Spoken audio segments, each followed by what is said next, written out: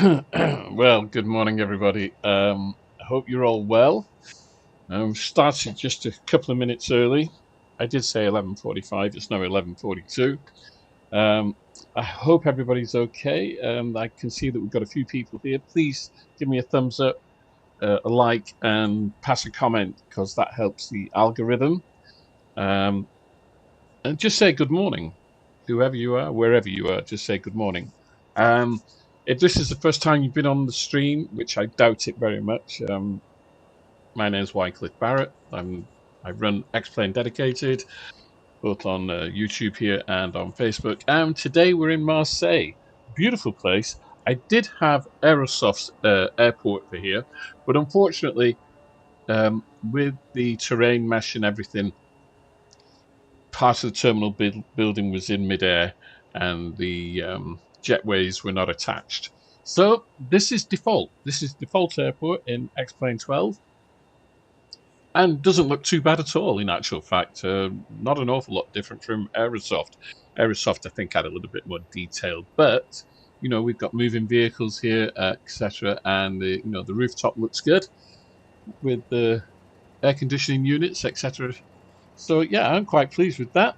We've finally got the data strip working up here, and hopefully, when we get into the cockpit and start doing everything, everything will be good. I just need to check sound levels. Hope you can hear me okay. Is my microphone on? Yeah, my mic is on. That's good. Might turn down just a little bit, and the output of the aircraft will turn up a little bit. We'll just see.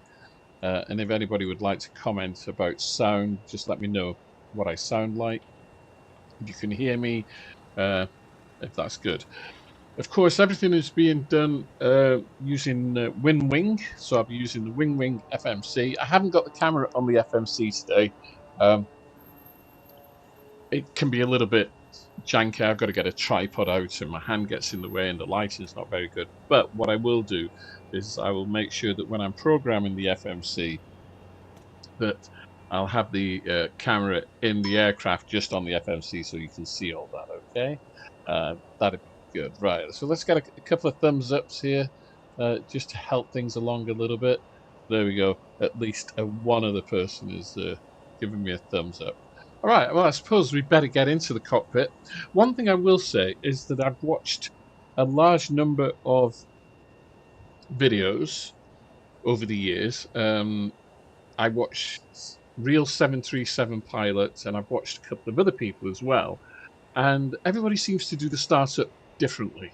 Now, real 737 pilot, I mean, he is very detailed when he does his cold and dark startups.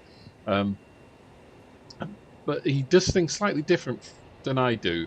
And the startup I'm following is the one that is in the Zibo manual. So I'm following, in actual fact, I'm going to say that I'm following Skymatic's SOP on doing the cold and dark start in this aircraft. Now, if you do it differently, fine. It doesn't matter. It doesn't matter how you do it, as long as you get your aircraft ready for flight. Okay? So that's all I'm going to say on that. I think, as I say, it's time to get into the aircraft. So bear with me a second. We're flying Ryanair. Just need to find my mouse on screen. We're flying Ryanair from Marseille to Gibraltar. So we'll get into the cockpit now. Just zooming in. Here we are. And here we are in the cockpit. It's cold and dark, as you can see, although I have already preloaded the flight plan into my EFB here. So I just need to activate that. And of course, that'll start filling everything up. Fuels needed, cargoes needed, and passengers needed. You might have just seen jetway coming in there. The jetway is attached, and you can hear the ground power unit and the air unit in the background. So go back here.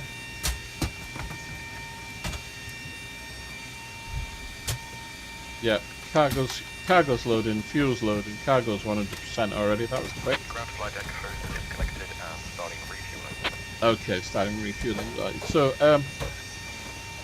Let's get some power on the aircraft. Ground power there. Turn up the circuit breakers. Panel lighting. Emergency exit lights. Seat belts. Yeah. Window seats. Window heat rather, not window seats. Electrical buses.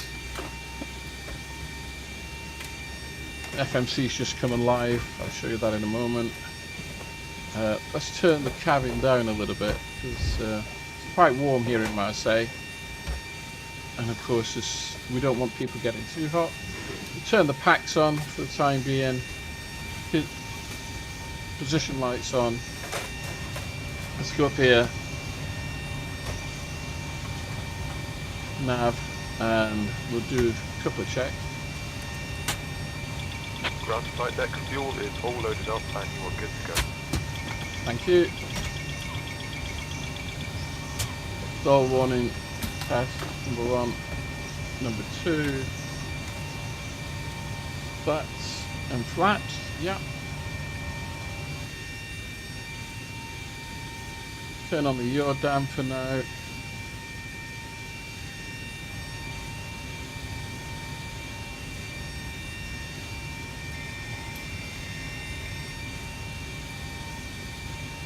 Okay, and yeah, excellent. Turn up the panel brightness here, whoops, which also turns up the lights on the FMC. Let's get that up. Manual, there we go.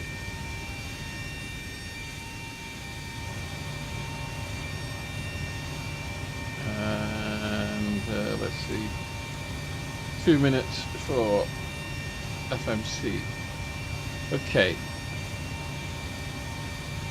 Test, yeah, that's good.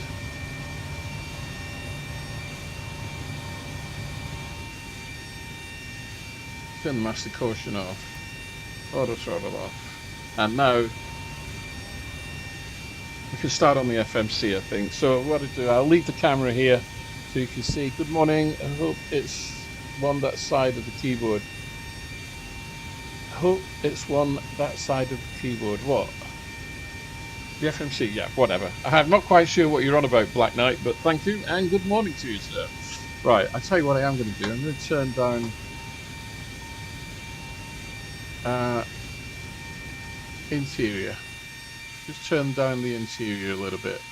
It's a bit loud, but here we go. So, FMC, position initialization, go to the second page here and choose GPS left, previous page, set IRS. Now, Real Pilot 737, he puts the reference airport in and then does position initialization. And I found that when you do that, things go a little bit awry. Anyway, flight plan request. So requesting the flight plan now. We'll just wait for that to come up and then we can load that in. Takes a few seconds. I love the fact that we have this delay because that makes it so real. Load and then activate and execute. Perfect. We'll just get rid of that. I know the cruise wind is ready, but perf initialization. So request, and we're getting all this data from the sim brief plan.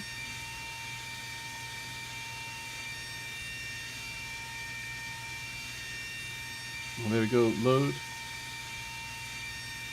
All loaded in there. I'm going to put 2.0 tons of reserve fuel in, I think. Execute. M1 limit. Put in 45 degrees here. We're going to do the full takeoff. The flap 5, and there's our QRH, etc. I'm not going to put the CG in, and I'm not going to do the V-speed yet. We need to wait to get the passengers on board. So if we look here, the passenger boarding set no smoking switch to on auto. So we've got to set that. And now the passengers will start boarding. You'll hear them now in a moment, so we'll just watch this second. There we go. Here we are. They're boarding. Won't take them long. And then once they're boarded, we can there'll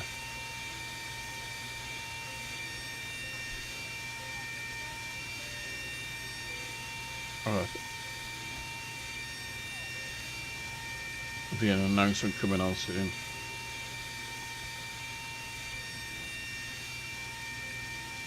So just wait for the passengers. Oh, there they are, 100%. So now we can do the CG. It's given us a CG of 4.5. So we come here to the trim. Ladies and gentlemen, mobile phone and tablets have been made to use for the whole duration of the flight in airplane or flight mode. If your device does not have airplane or flight mode, it needs to be switched off now and remain switched off for the whole duration of the flight. Thank you. Just doing the V speeds whilst we have that. I need to get some weather, don't I? Just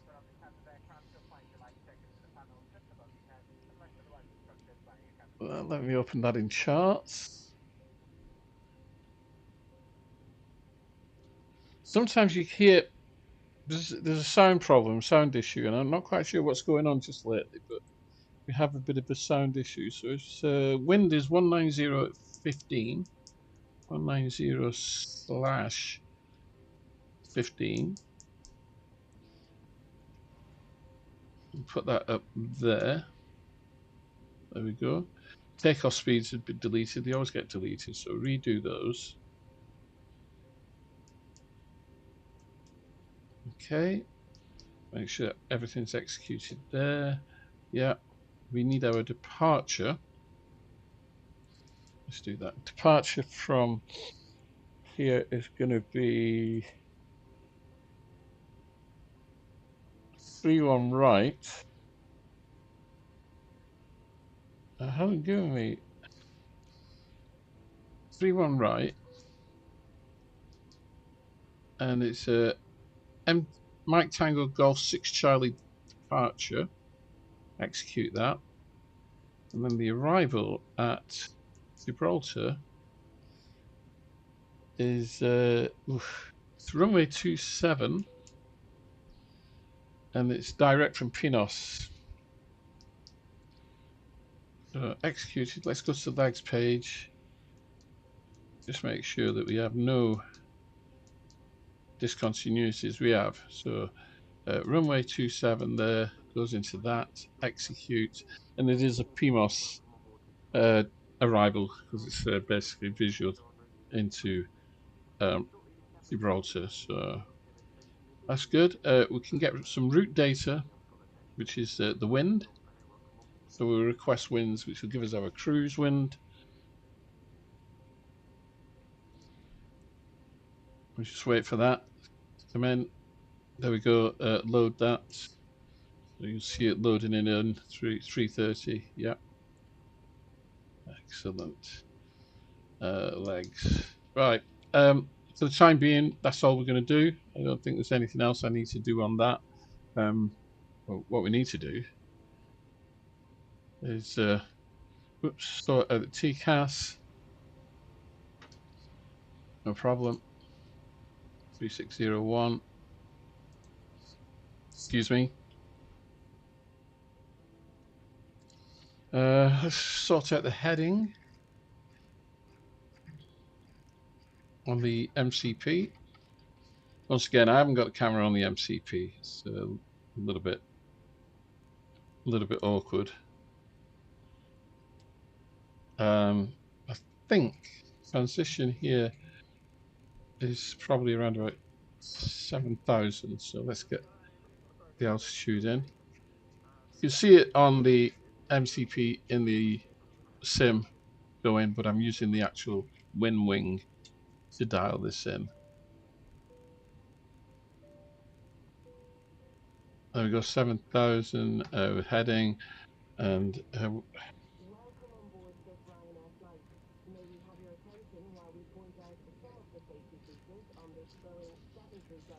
just sort out the course. 309. Right. Whoops. Right, I think that's about it. Can't think of anything else. Oops, sorry. Hump day typo and lack of morning coffee. Yeah. Yeah. What day is it today? Wednesday, isn't it? Yeah.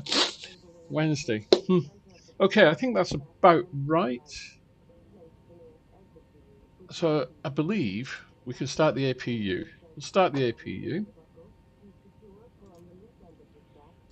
See the needle bounce there as we wait for the APU EGT to arrive. Let's put APU bleed on and packs off. That will help.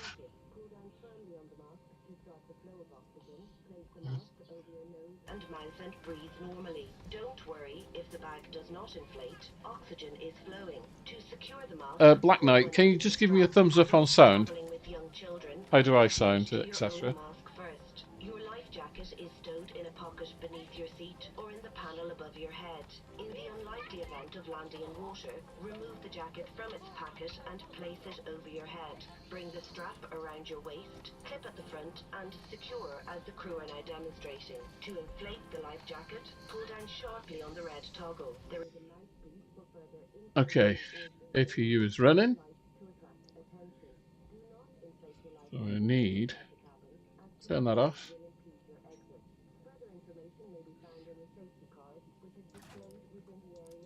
There we go. QNH.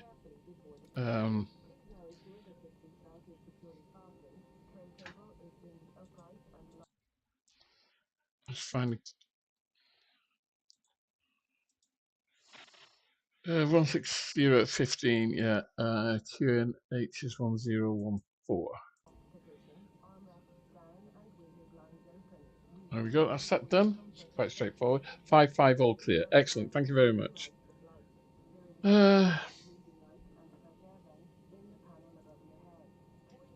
need to do some pushback planning. Turn off the GPU, get rid of the chocks, better pushback, pre-plan. I think we need to get out to kind of here. Let's do this, hang on. We'll go there and then there. Ground to cockpit, blood or knowledge, call me through the menu when you are ready. Yeah, okay. Ground to cockpit, tow is driving up. So it's driving up. It's funny how every so often the sound goes. There's a problem with the sound files at the moment, and I'm not quite sure what it is, but not to worry. Not to worry at all.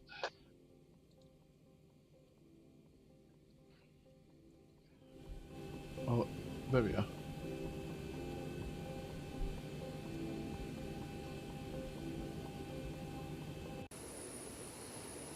So, jetway's taken away, prime power and air unit is gone.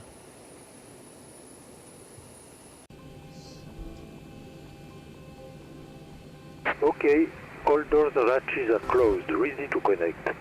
Ready to connect.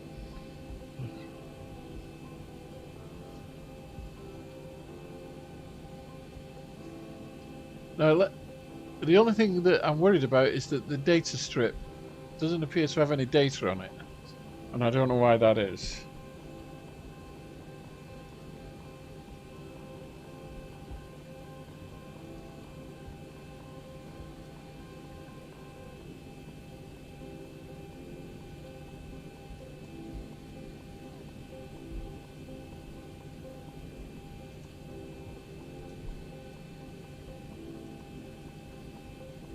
Tow connected and bypass pin inserted. Release parking brake. Release parking brake. Starting pushback, and you may start engines. Okay, start engine. Starting engine 2.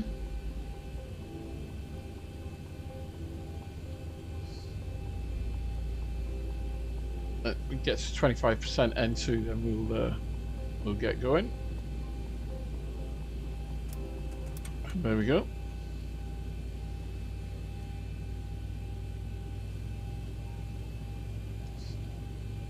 Now, I've only got one fuel pump on, because this is the SOP, the Skymatic SOP. Real Pilot 737, he puts all pumps on. Now, my understanding is, this is when you turn the other pumps on.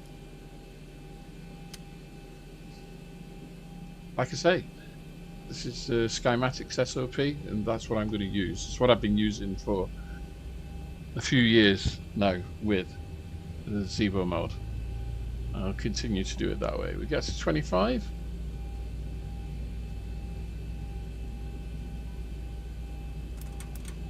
Inject fuel.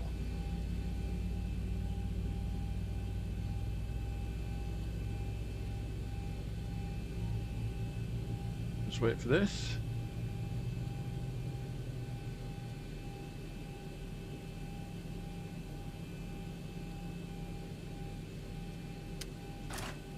There we go. That's all good. So APU bleed can go off. Packs can come on. Engines continuous. APU off. Taxi light on.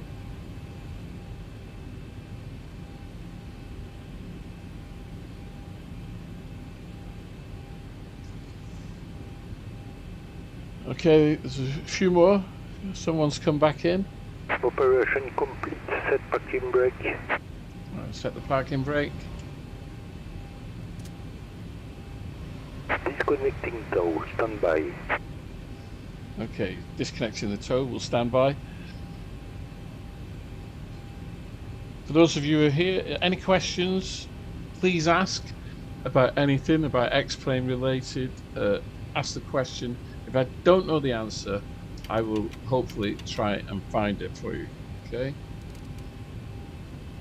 If I don't know the answer, then I'll certainly try and find it for you. Okay. So,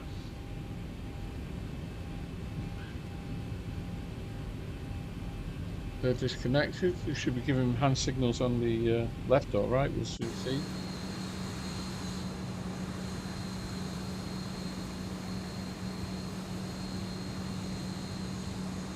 Tow is disconnected and bypass pin has been removed. Hand signal on the right. We'll see you next time on other side flight.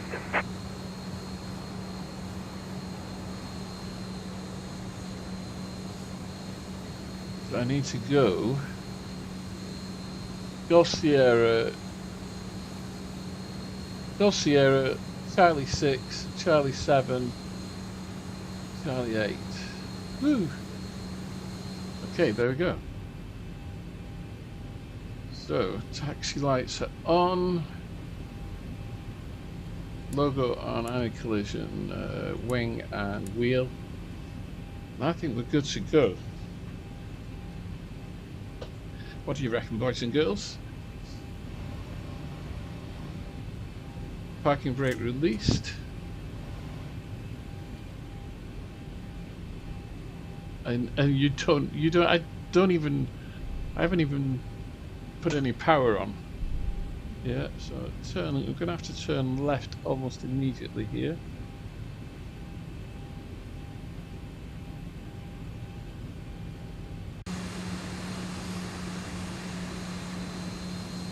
I did actually turn in the wrong direction, but not to worry.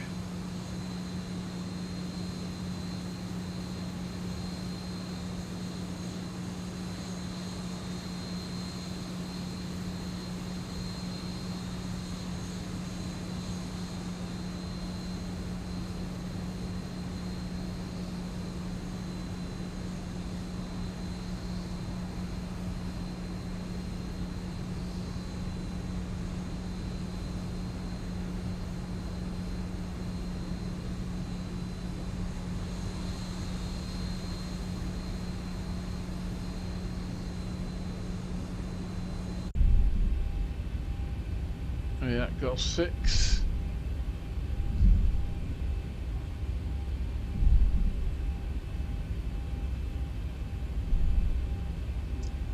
Haven't flown this route before. Can't even remember if I've flown out of Marseille before now. I'll be quite frank. So this will be different. That's for sure.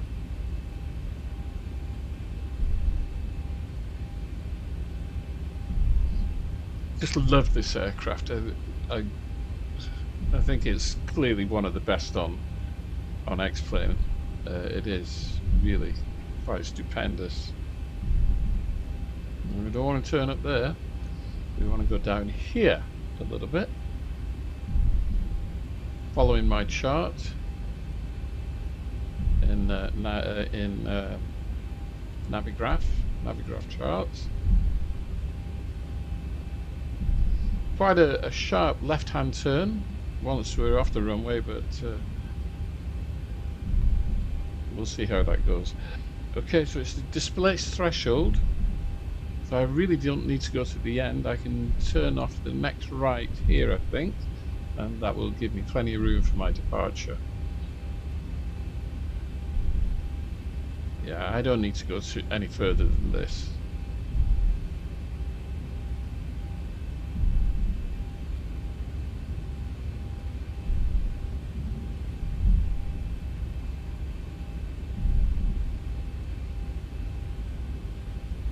Alright, I'm going to hold short here while we do the final checks.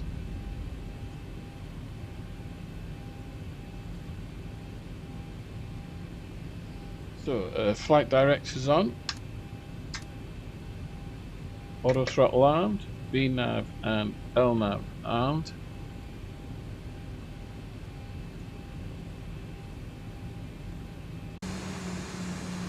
Weather here beautiful. And we'll be taking off over the water. Landing lights on, taxi lights off. Let's get going.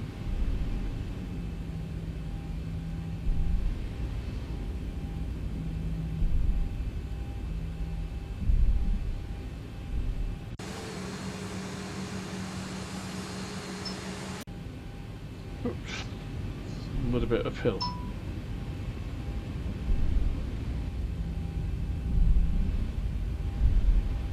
Yeah, you got it. The Zibo is just perfect. I'm going to say it's as good as it's as good as PMDG, if not better, in my estimation, because the input that we've had from different people. I'm just going to turn this up and that, and main panel. If I can keep it still. Okay, that turns up the lights on the MCP, the physical MCP, I mean. Okay. 45%. M1, and pressing M1. Here we go.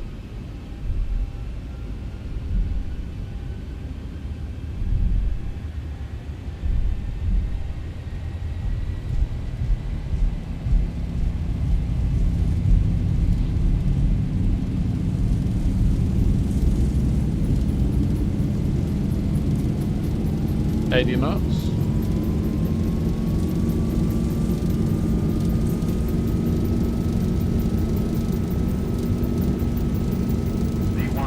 V1. Rotate.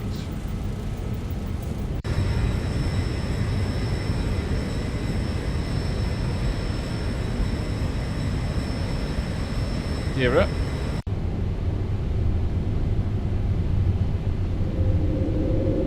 Airspeed's alive. Just chase the flight director here.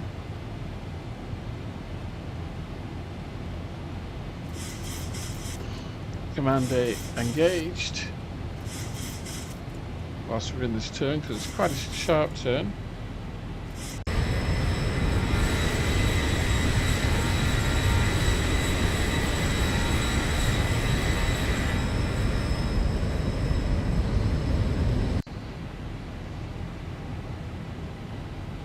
And there we have it. Lovely departure. Flaps up.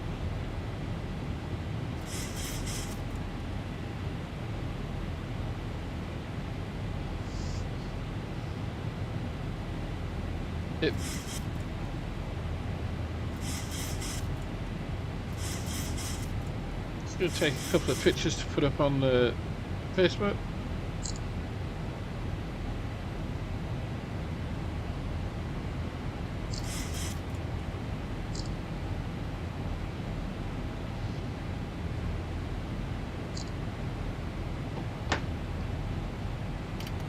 Flat fully up. Gear locked.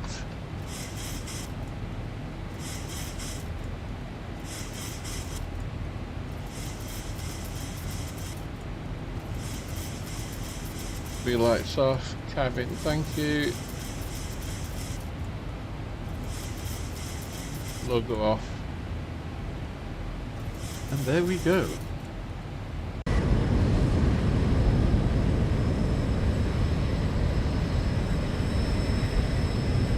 X-Plane map enhancement working really, really well. Perfecto.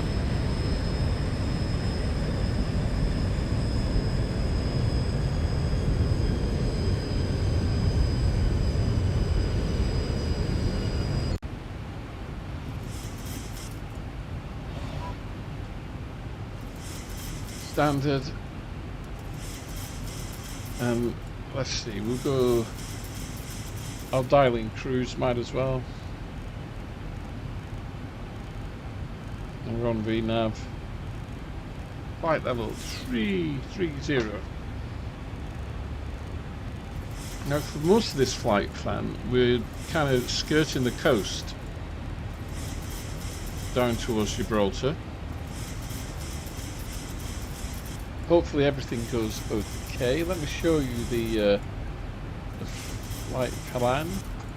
Let's just pull out of here. So here you can see we've got some waters to go across, and then we're really going down the coast of Spain quite a way. Valencia, past Barcelona there, right down, and then into Gib, and we're on the Pimos. So yeah, cool. Pimos straight in. We don't have to fly around the back within Gibraltar's airspace there. Straight in. Visual approach. Could be fun. And it was slated for, I can't remember the exact time for the flight. It's on the sim brief here. Air time's 1 hour and 49 minutes, so perfect. Just what we need to get back here. 1 hour, 49 minutes. Fabulous. So there we have it. Now I wait for the barrage of questions. Black Knight there giving me a good thumbs up with his sunglasses on. Thank you, my friend. Hopefully we get to the other end without any issues, as we had issues the other day, didn't we? Which I think, well, I don't know what happened with the aircraft, but we had some real major issues, and it all went to belly up. But hopefully we'll be good. Fingers crossed. Fingers crossed, everything will be okay. So some of you may have noticed I put a post on the Microsoft Flight Simulator group. Kind of an apology. I've been a little bit harsh about Microsoft Flight Simulator. Not so much. I mean, I have been harsh because so many people seem to be having so many problems with it, and I've been harsh in some of my comments, like get a new PC, or it's a game for Xbox that was designed for Xbox. I still believe in those things, but I apologise to people that kind of got the butt end of my humour and might not have appreciated it. I still believe that X-Plane is a far superior simulator. I've always said that, and I'll continue to say that. Let's turn that down a bit. That's awfully loud. There we go. In terms of a number of things, flight model, etc. Right. Let's go for a level change here.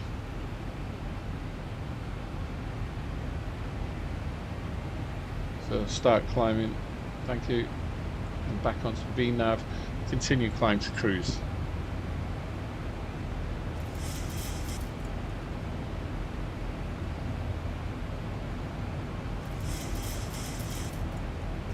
Climbing now, 5,000 feet per minute. It's coming down a little bit. 4,000. That's it. Around about 3,200 feet per minute, which is a good climb rate, I should imagine, without burning too much fuel off.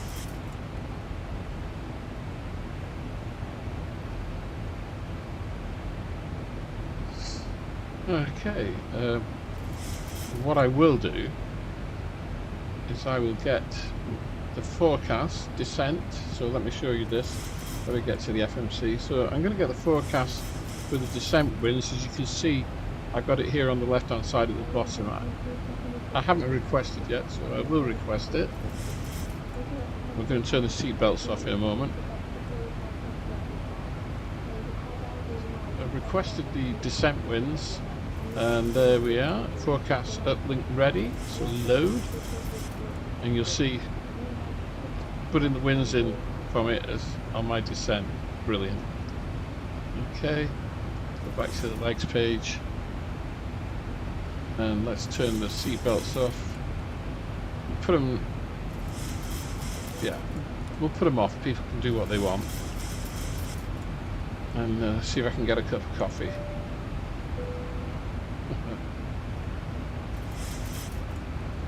Everything's going along fine, no problems.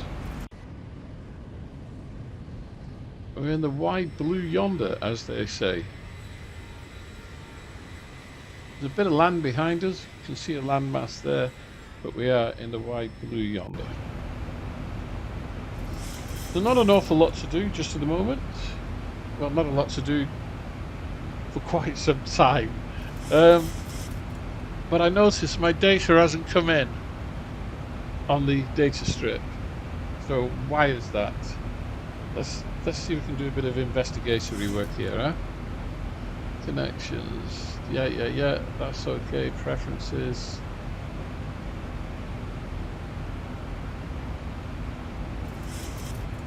Streaming. Yep.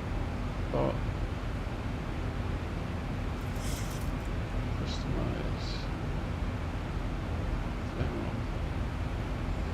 See, this is what annoys me about this. Yesterday it was working perfectly. Data recovery, elevatics.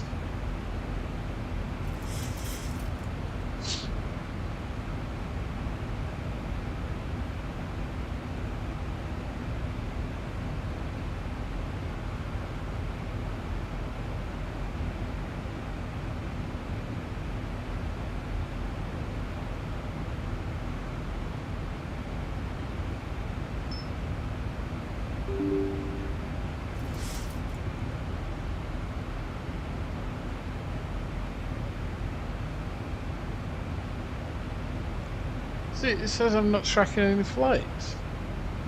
This is crazy.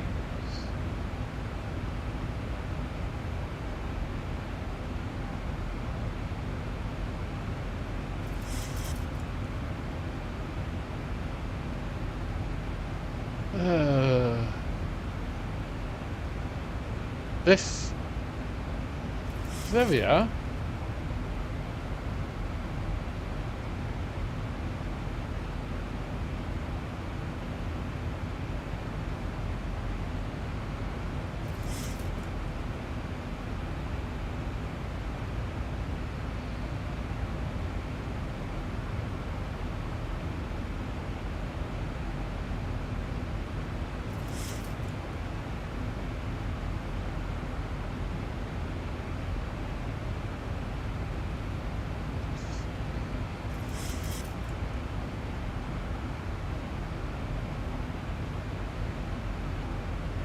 automatically start tracking when movement is detected.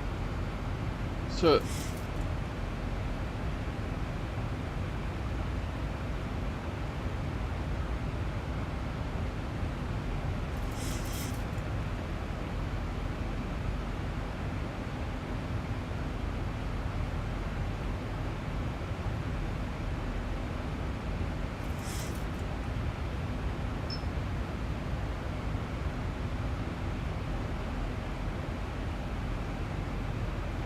still no bloody data on that strip. I really don't understand this. Yesterday it was working perfectly, today it's not. See,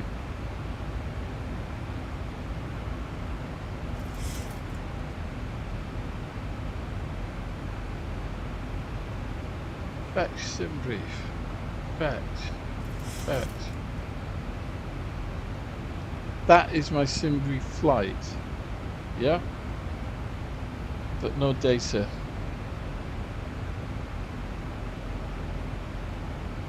I'm so frustrated about this.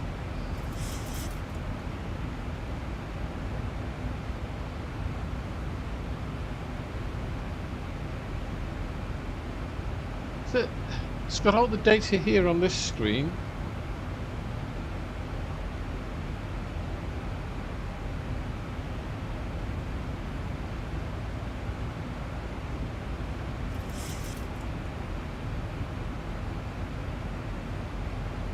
So over here, it's got my flight briefing and everything, but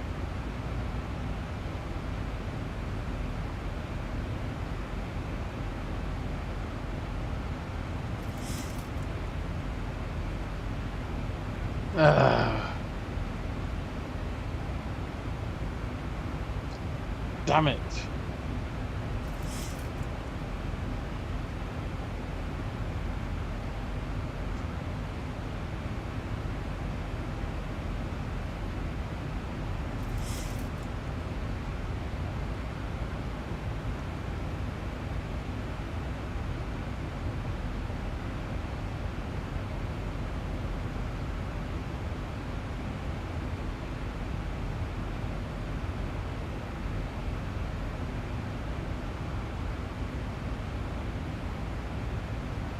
I don't understand it.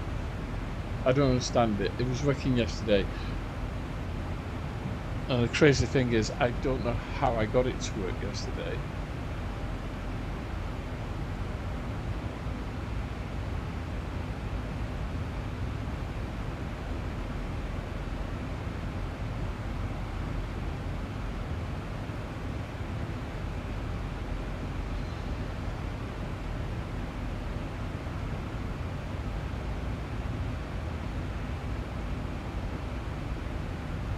No. I'm really, really upset.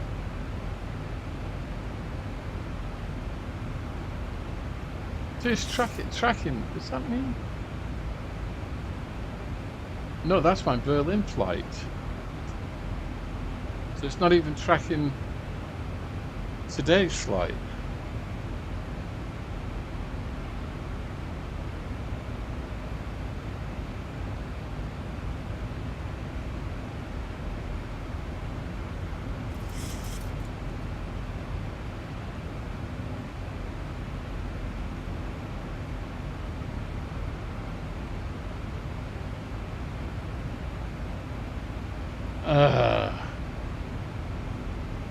I mean, this is right. All this information is right, but it's not tracking.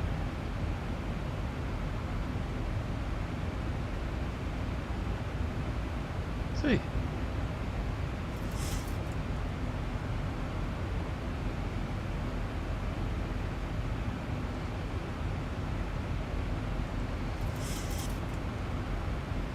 I don't get it.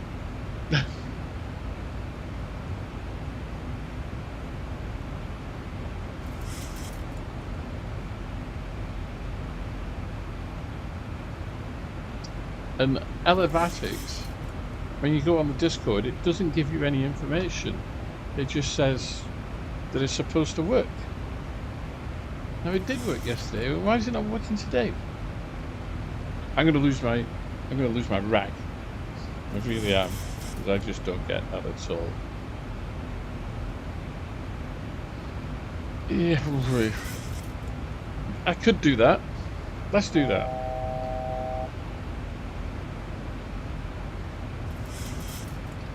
So disconnect.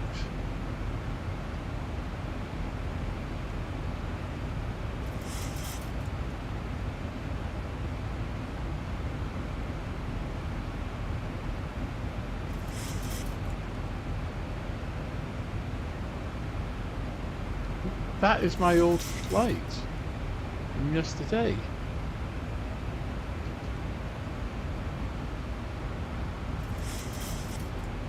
That was the test flight that I did, and it was working.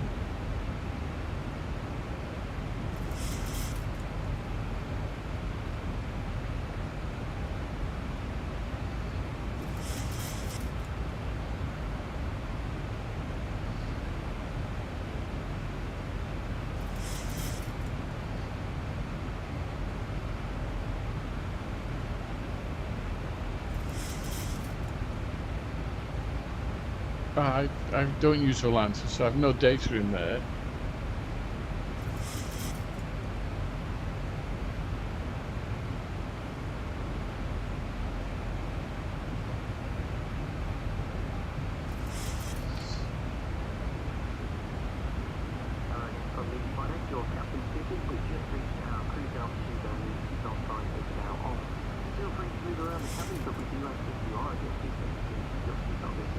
Oh no.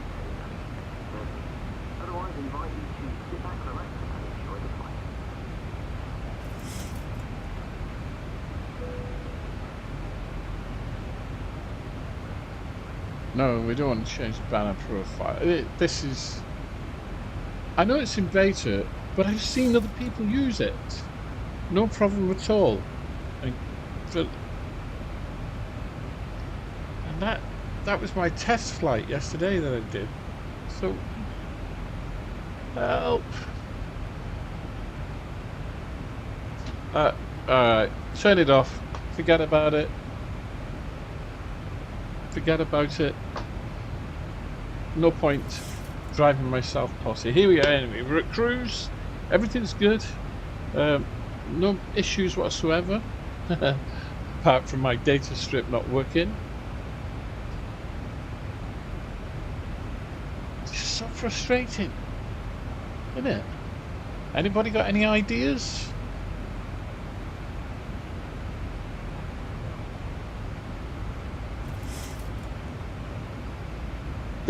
How I got it working yesterday, strangely enough, was I deleted the program and reinstalled it, and then it worked. I don't know why it worked then. It just did, which is crazy.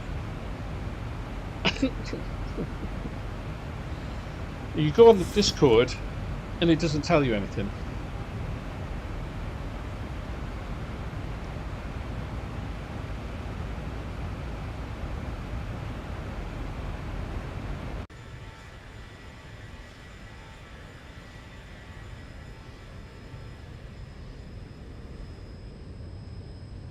Beautiful day as we begin to hit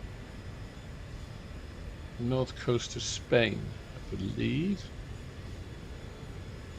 Yeah, we're coming up to Andorra. Andorra is that slightly mountainous region there that you can see. So we're coming up to Nenda and then Barcelona.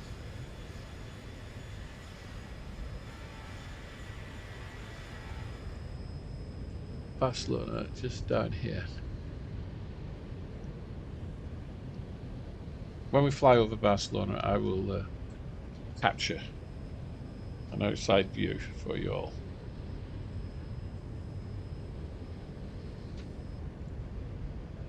I really can't figure that out.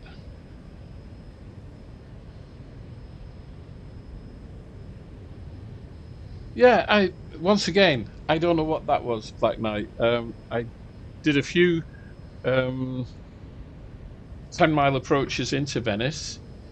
No problems at all. None whatsoever. Aircraft flew. I think it felt like on the day when I was flying to Venice, it felt like hydraulic failure. But I don't know. I say it felt like hydraulic failure. It wasn't the rudder. It was ailerons. I had no ailerons. I had rudder, but no ailerons at all. So, which felt very strange. And at one point, I even wondered if I put in the wrong ILS on approach, but I hadn't.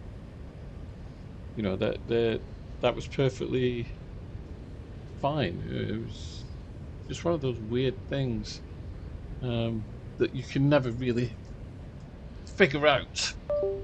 And I just realised that I needed to unplug something then.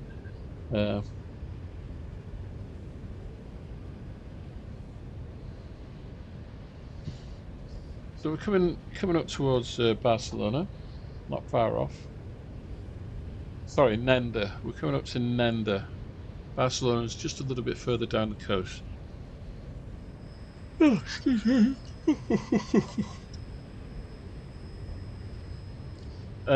What you can see here, this line, obviously that is two different satellite images from ortho photo scenery here. Not forgetting that I'm using X-plane map enhancement. You can see quite clearly there's a difference in color there, which is a shame. But more often than not, you know, you don't get those drastic changes with this X-plane map enhancement. I'm using Google Maps Pro because I bought the $40 license on this, so I'm using Google Maps Pro at the moment. And yeah, I mean, I think it's pretty amazing to have this. Why don't I come back in here a moment?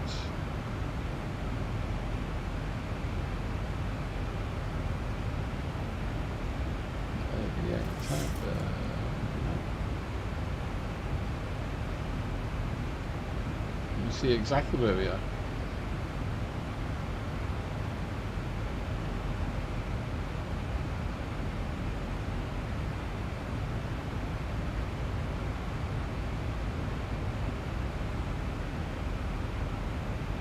If I go back here and go routes,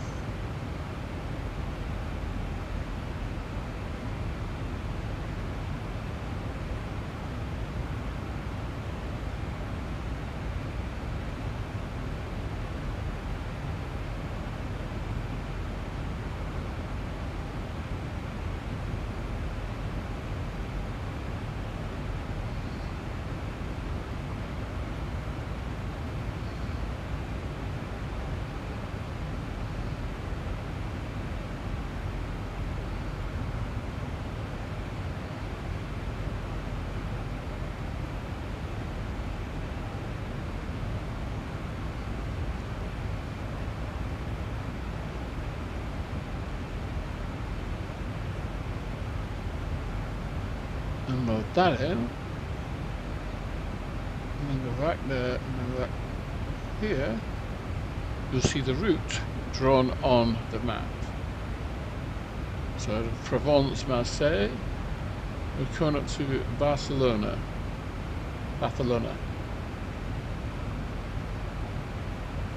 Zoom in a bit more there.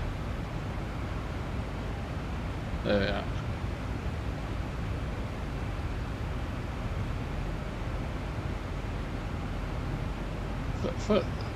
Look at that, Lorette de Mar.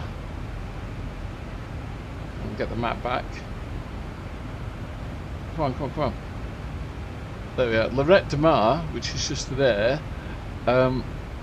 Many years ago, Fran and I and our youngest daughter went on a camping holiday there, and it was one of these holidays you could buy out of the Daily Mirror for £9. And we drove there. Yeah, it was good fun. That was a good holiday. We had good fun there. So let's have a look at our arrival into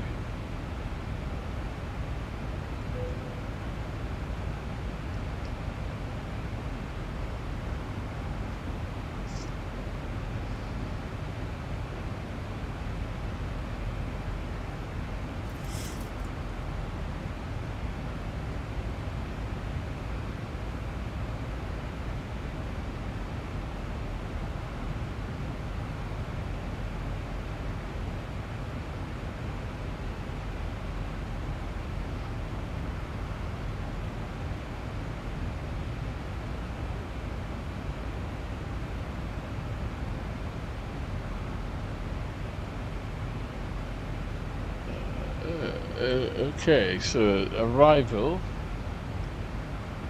into Gibraltar.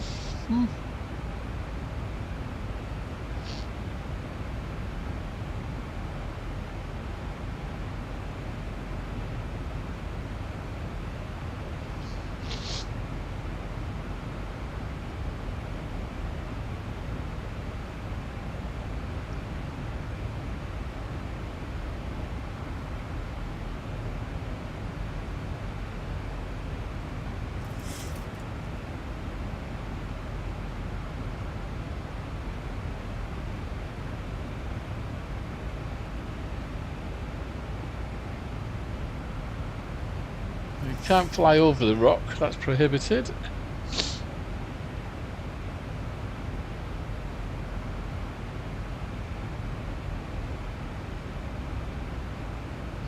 The FRA 5 nautical miles.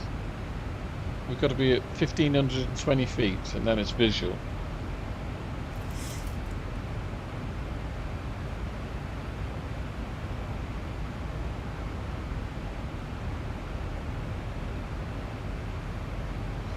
There we get radar approach to Point Yankee. Okay, dokie. So what we need is, if you go to the fixed page, LXTB, we certainly need a 10 mile, but no, we need a 6 mile. We need a 6 mile fix, and then we need a 10 mile fix. Clear that.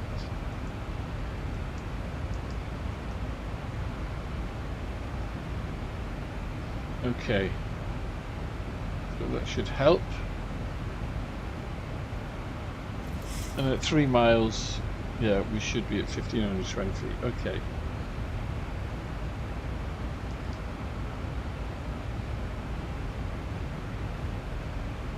But we don't have to worry about that just yet.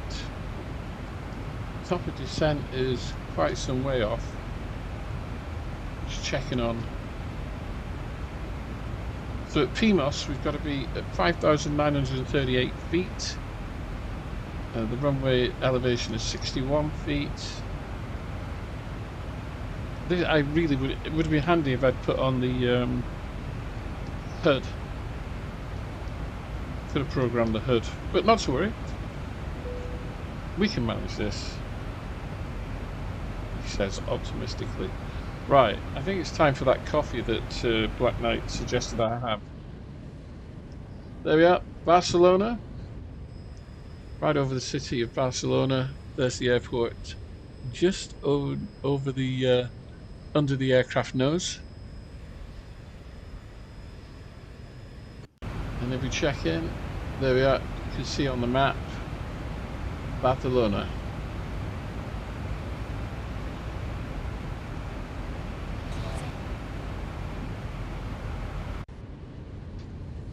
There's a bit of a cloud appearing.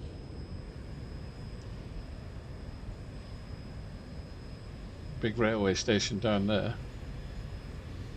big rail link.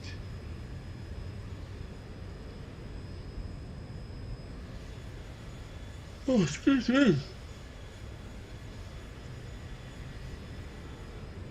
I'm trying to remember whether I have been to Barcelona.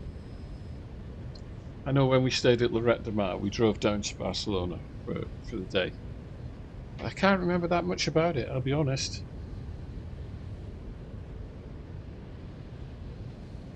Get my phone. Hello, Wycliffe. Your data export is ready. I don't want. No, I don't want that. Don't want that at all.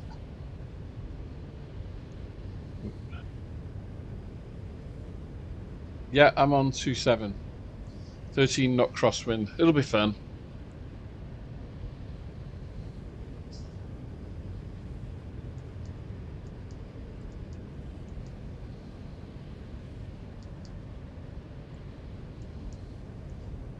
Yep, runway 27. It'll be fun. I've actually flown into Gibraltar in real life, and you kind of don't notice it when you're flying in yourself. But I was in Gibraltar for 2 weeks, and I went to the airport several times, and to watch aircraft land, it's absolutely amazing because you see them coming in, and so say this is the runway, and the aircraft will be like this, depending on which way they're coming. If they're coming from the north, so they're coming from the north around the bay and this way, and you see them. So you've got the rock here, the runway here, and the aircraft coming in over here. And as they get closer, they just come in. They just move over. It's weird. It's the weirdest thing ever. And there has never been an accident at Gibraltar, even during Second World War, when it was used as an RAF base. It's an incredible airport. It's a pity there's no live, like an airliners.net at Gibraltar, because you see the aircraft coming in. The pilots are so skillful, and if it's windy, I mean, it really is windy there. It's never not windy. Right, here we go. So we're going to go over a bit of water now until we get to Valencia. That'll be kind of our next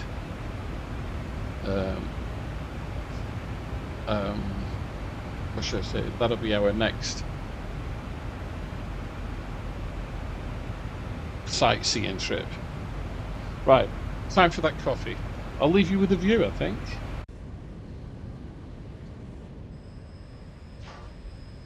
Right, I won't be long.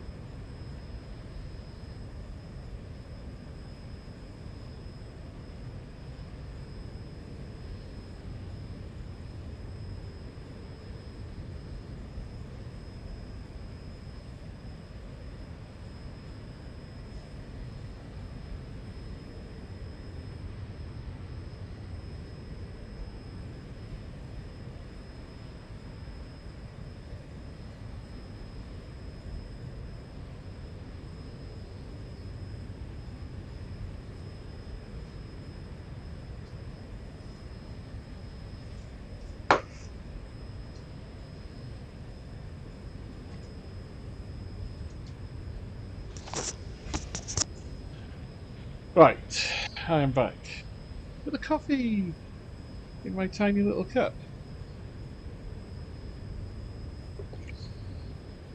Out of my machine. Just turn the fan on, so I hope it's not too loud.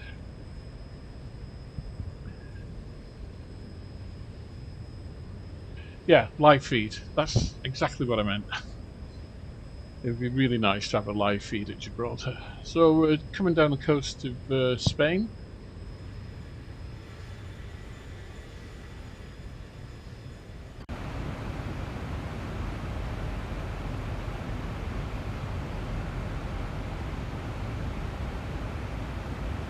Not quite halfway through the flight yet.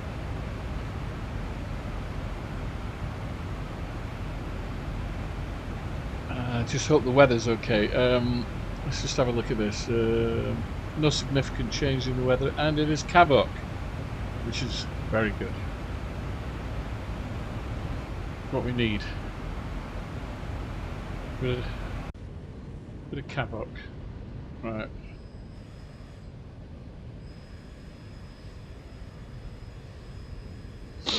Right, so there's only you writing Black Knight, so I know there's other people here watching.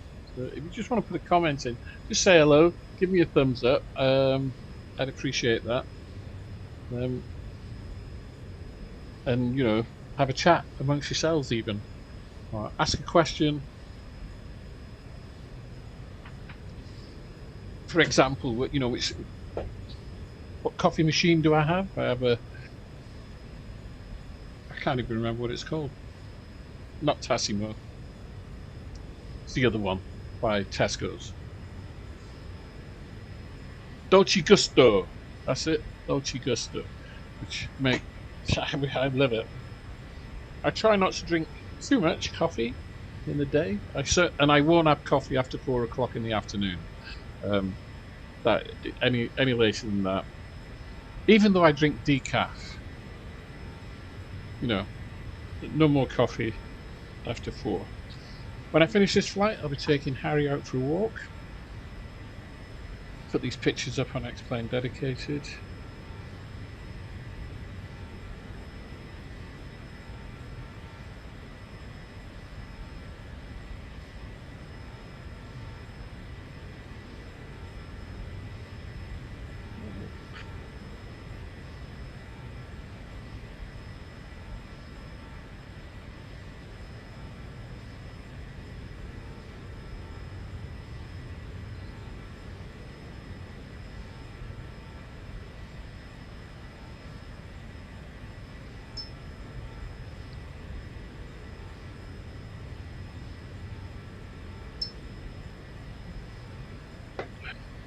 So they're posting now.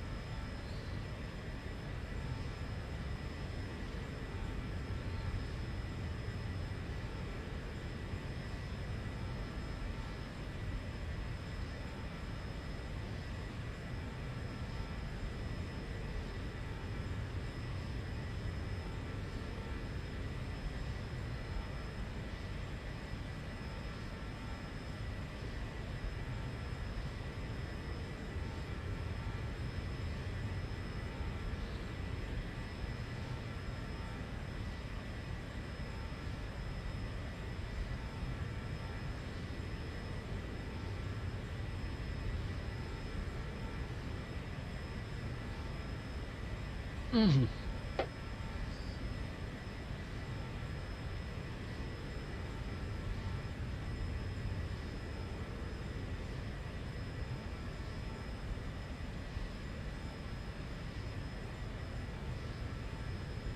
Wonderful. Just reading here on Wales Online that a vehicle hits a bridge, causing severe rail delays. It's in Conwy, which is North Wales. Where are we? Where are we? Coming up to Valencia. Valencia. For those of you who don't know, Madrid is the geographical centre of Spain. Just thought I'd tell you that.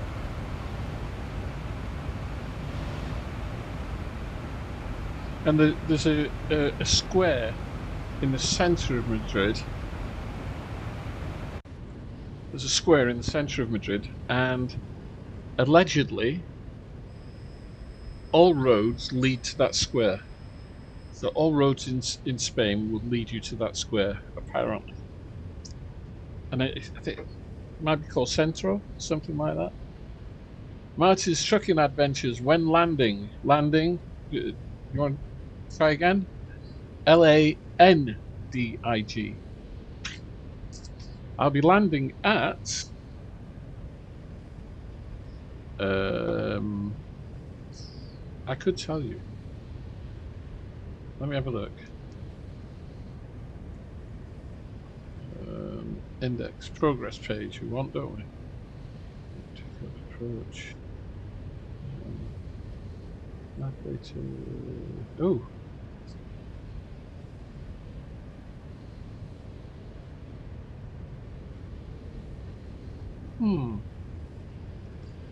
Approach.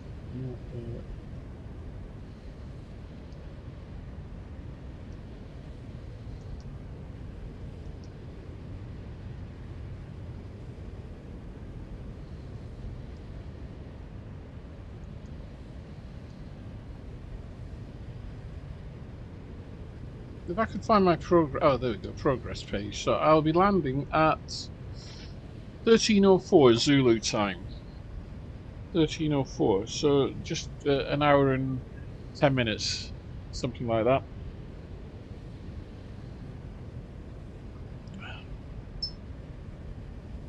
So just over an hour from now.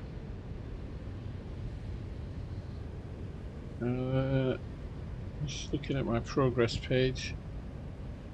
At the moment we have 43 knots headwind and a crosswind of 4 knots.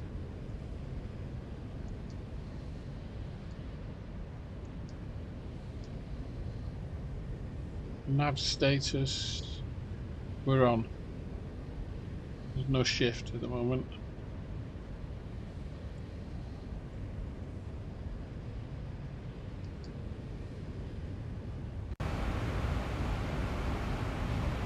I was just going through some of the pages then on the FMC. Maybe I could show you a couple. So here's a progress page, and not forgetting I'm using the WinWing FMC, the physical. So when I press buttons on here, they show up immediately on screen. So this is the progress page, and it shows you your altitude, ATA, I forgot what ATA is. I think it's time on the waypoint, yeah. Okay. So time on the waypoint. The one that you're going from, and then the one you're going to, which is in purple. Yeah? And then your fuel. What your fuel will be. When I get to Gibraltar, I should have 2.7 tons. I'll be there at 13:04. Okay, so that's page 1. Go to the next page, and this shows you the wind. Minus 40. It's minus 46 degrees at the moment.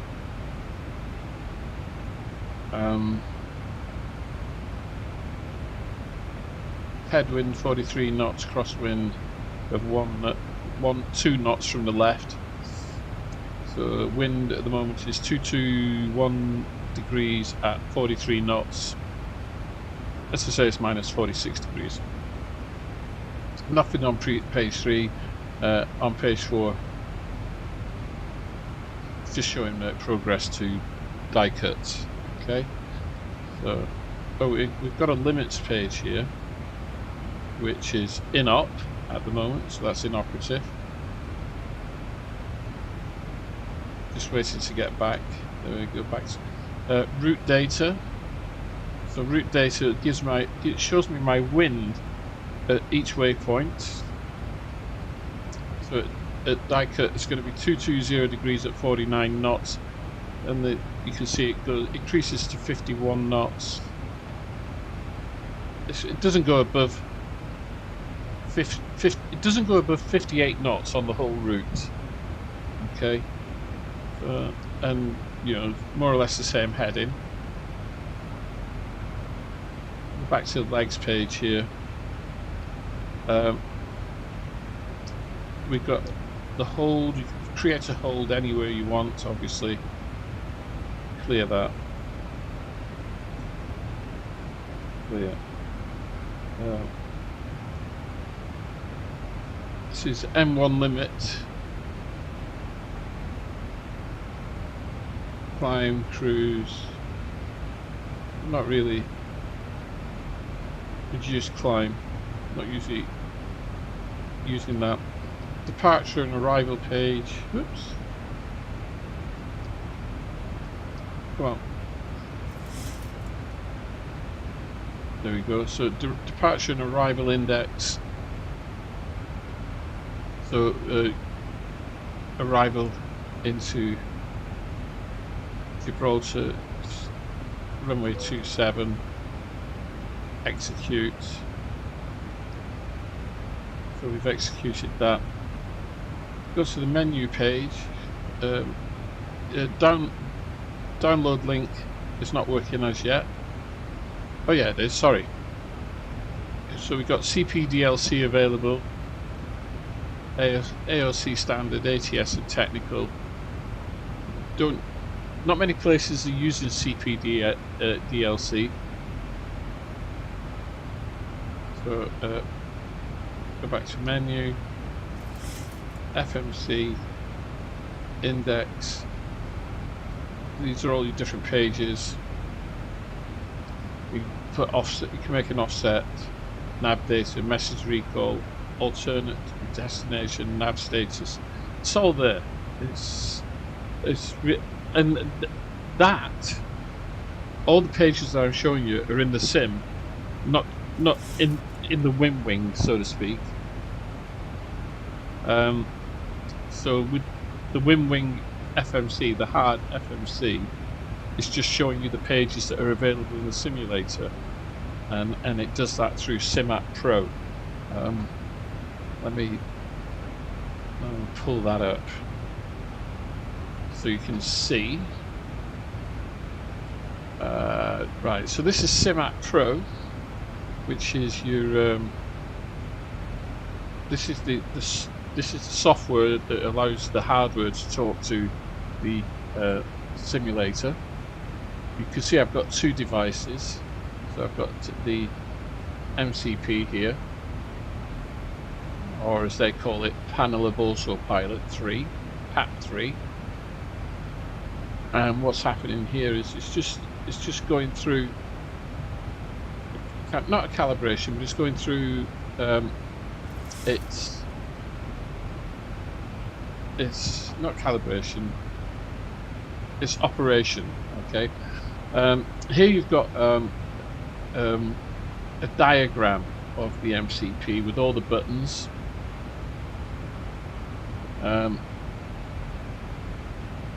And all the lights and everything there. Okay, go back. This is the FMC. Same thing, it's just running through its operation there. And all the buttons on this, they all work. 71 buttons. The lights on the side, message, offset, call and fail, they work. The number 25 is the execute light. Light sensor, access data output switches on. I mean, it's just phenomenal, absolutely phenomenal piece of kit. I'm going to just go back here. So you've got environment check. So what happens here is that you'll see program initialization phase, game launching phase, simulation initialization phase, which is all happening. And then here you see this is the device loading in all its different elements, sim logic, device, etc. Virtual device mapping, so you can actually create new profiles for different aircraft. Key binding here. And it's already got profiles in for DCS, P3D, X-Plane 1 and 2, so you can have 2 profiles for X-Plane. 2020 and 2024, and Star Citizen as well. Dynamic vibration motor. This is if you've got any of the other WinWing products that have got force feedback in, you can create the dynamic vibration here within them. Yeah, and then game peripheral display. This is my FMC, and I can change the fonts, the colours, or anything in it that I want. I've just left it with default Boeing colouring. I'm not going to change anything. You know, my view is if it ain't broke, don't fix it. We'll just minimise that, and there we have it. So the colours that you see here in the sim on the FMC is exactly what I see on the hardware. Right? X-Plane has ray tracing. I'm not sure, Martin. I'm really not sure about that. It's got lots of stuff graphically, but as to ray tracing, I'm not sure. Maybe Black Knight can answer that, or somebody else. It is graphically, they've done an awful lot of work on it of late. I'm not sure whether it has got ray tracing. They may well have. I mean, it takes full advantages of the larger cards now. Where are we? Valencia. Perfect timing. We'll shift 8. Let's have a look. There we are. That's Valencia below us. I'll zoom out a bit.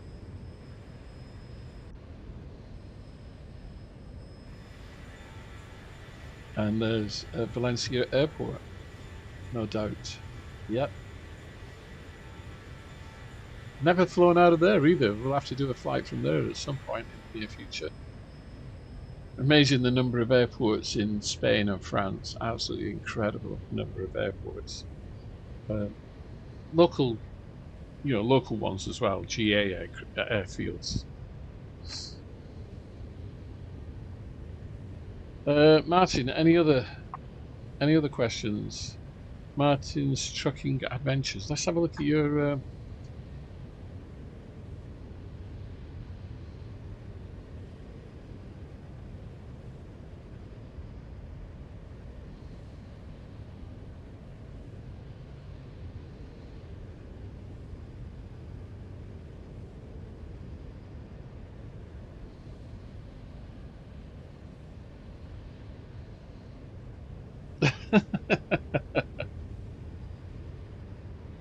I just looked at Martin's Trucking Adventures. I think trucking is a euphemism for another word.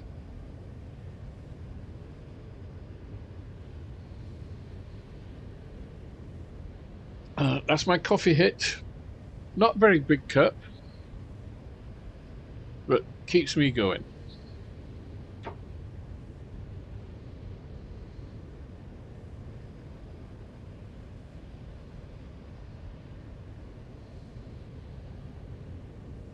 Right. Well, I'd say we've got to be halfway, over halfway now. Over halfway. So descending in. Not very far. Actually.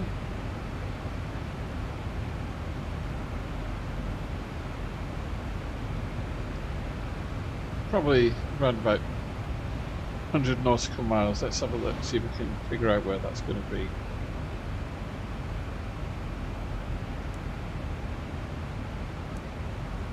Yeah, top of descent will be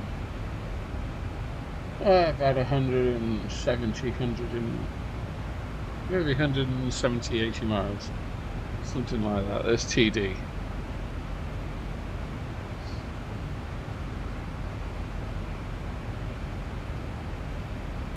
And the weather, perfect. Just perfect.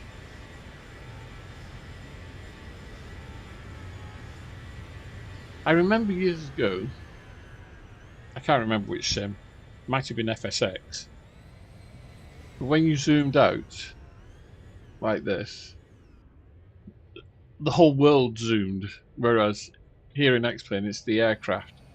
You zoom in and out on the aircraft. So the world beneath stays the same. So the camera is moving to and from the aircraft. So I think it's pretty neat. Oh, here we go.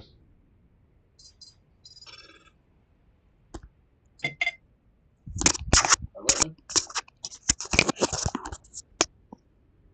I'm okay. Sorry, where are you calling?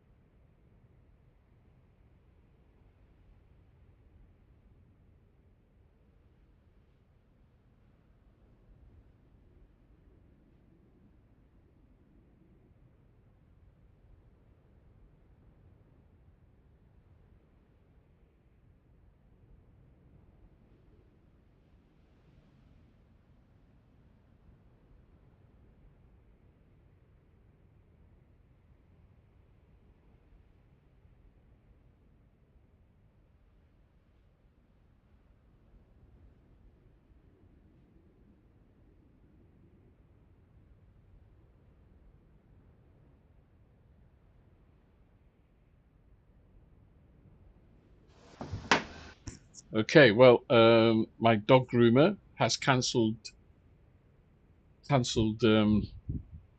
my dog's appointment. He's supposed to go to the groomers this afternoon, but he's not. He's going to go tomorrow now.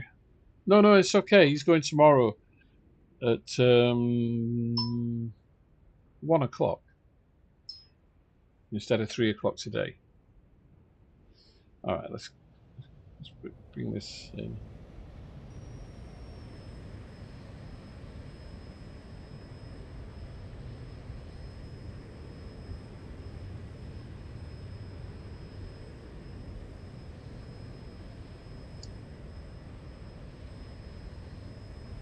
Okay.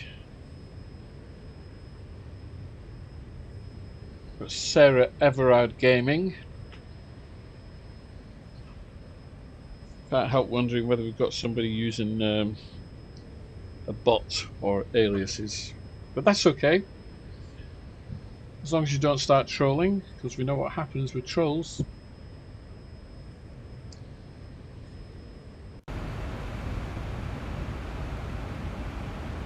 So everything's going well.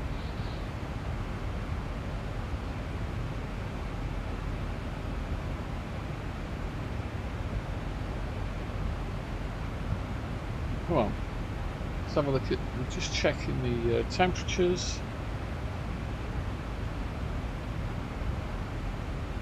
Yeah, everything's fine. Brilliant. Brilliant. No problem there. There have been reports of high temperatures in the last few days because, of course, we have had a heat wave here in Cardiff, not Cardiff, here in the UK. And one thing I've noticed is when I'm flying the sim, or when I'm playing Call of Duty, which is like the only other game that I play, that my radiator, this is liquid cooled PC, my radiator, the heat that it pushes out is unbelievable through the radiator. It's like, you know, literally you can walk past it, it's a blast of warm air. It really is quite intense. So I always like to keep a check on my temperatures. All my fans in my PC, included on the graphics card, are running at like 100%. When I'm flying, I have all the fans on at 100%. Rather than allow them to do it automatically, I just turn them up, get the fans blowing and sucking as much air out. So all PC cases are designed with airflow in mind, yeah. And the fans, they should be pulling hot air out of the PC, okay. And the way you can test this is if you get a little bit of tissue paper, toilet paper, tissue paper, and hold it in front of the fan and see what's happening. If it's sucking air in, then the piece of tissue paper will go towards the fan. If it's blowing hot air out, that tissue paper will be coming away from the fan. And you really should have, all your fans should be taking air out of the PC case, yeah, and cool it down, not blowing in. Now, what I have seen is I've seen people, and they take the side of the computer case off, and they'll have a fan, like I've got a big desk fan here on my windowsill. I hope you can't hear it, because it is quite loud. I've seen people who take off the side of their computer and have a fan blowing in there. Well, that's all well and good if you've got cold air blowing into it, but all you're doing is blowing, more often than not during warm weather, you're just blowing warm air into your computer. And also, when you've got the side of your computer off, the internal fans are not doing anything, because you know they're not taking hot air out. So you know, it's a balance. You've always got to get this balance right with computer cases. Now, I am thinking of buying some more fans. I've seen a rack of 3 fans that I would like to buy, but I'm not quite sure where I can fit them. I'd like to fit them in the bottom of the, on top of where the power supply goes. And I think I could do that. Just to have some more cooling in there, you know, or extraction, should I say. But the other thing is about that, there's not really anywhere for the hot air to go. If I put those fans in the bottom and they're on extraction, there's nowhere for the hot air to go. So I think my thinking is I might be buying a new case, a new tower case where I can get more in, and just putting all of my hardware into a new case. It's not hard to do. Building computers is not hard. Used to be, not anymore. Anyway, that's a future thing. That's a first world problem that I'm sure we'll manage. Okay, we're doing really nicely here. We're flying along really well. Going down to Cordoba. Ticking along very nicely, thank you. When I finish this flight, I shall be taking my dog out for a walk.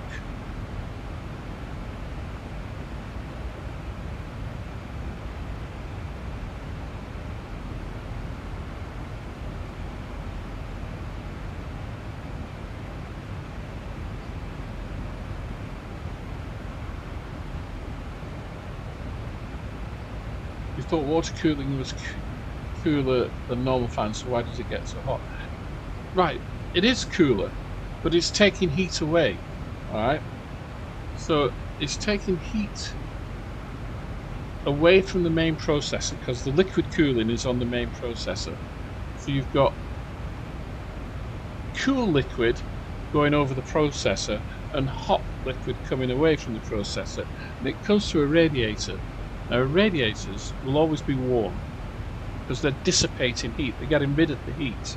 So by the time the liquid has gone from the bottom of the radiator to the top, it's cool again. Because as it goes up the radiator, it cools. Yeah. I wouldn't put nitrous oxide in a PC. Definitely not.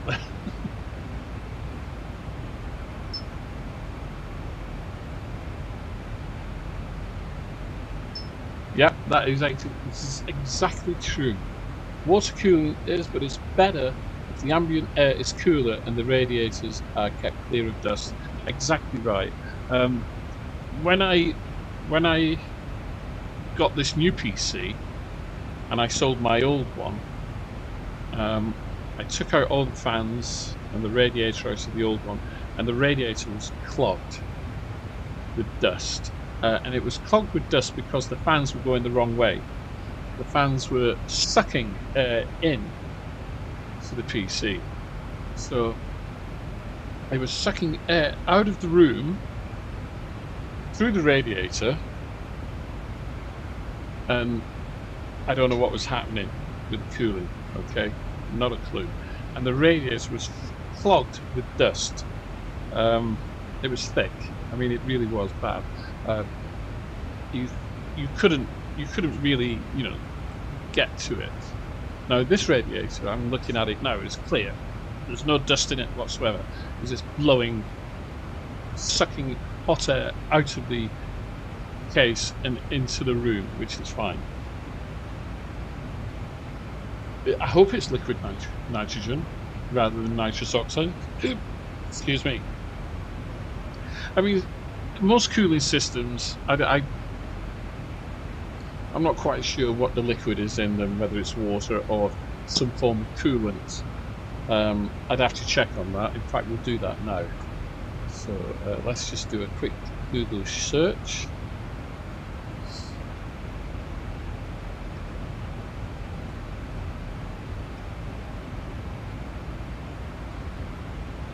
Okay, let's see. Right, Corsairs water cooling kits come with tubing, radiator components, water blocks and accessories. Custom PC, yeah, they're all talking about just water.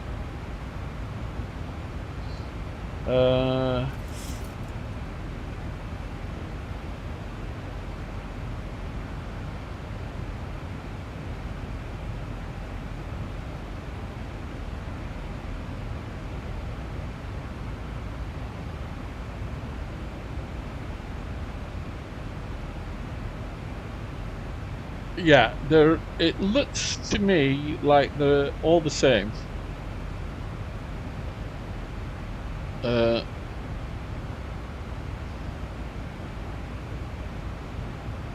Alright, let's have a look. Google. What kinds of liquid fuel for PCs are there? Alright, that. Liquid cooling is of two types. You've got an open loop or custom loop liquid cooling and closed loop, all in one. Both work in the same way, but all-in-one liquid coolers are typically designed for CPUs, while custom loop kits can cool CPUs, GPUs, and even the RAM all at once. There's 8 types of liquid cooling apparently. Let's have a look here.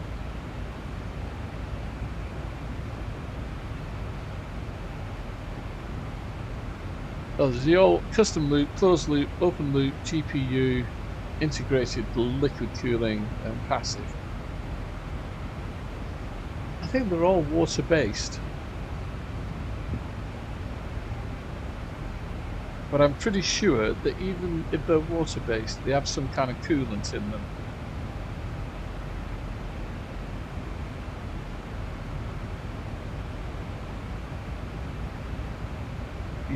Yeah. I mean, the 360. But you see, what people forget about. Do you know what the most common problem is for overheating laptops? And that's people using laptops on their bed. Literally, they get on the bed and they put the laptop on the bed, and there's nowhere for the heat to go. It just gets stuck in the mattress or the bedding or whatever, and they overheat. An Xbox, like a PC, is it's a box. There's some room in it, and it has cooling.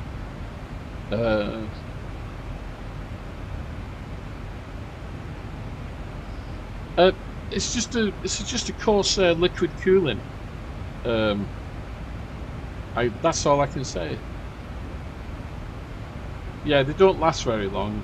In fact, my PC is just over a year old now, and I put a brand new cooling, liquid cooling and radiator in it about 3 months ago.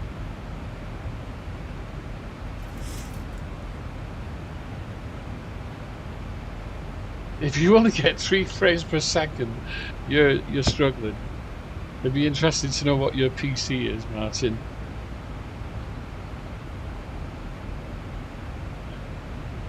You need a PC. Oh, look at the scenery here. Man alive. Yeah. X-plane map enhancement looking well. Right. Not far to go for top of descent. It's about 90 miles. You can see it there.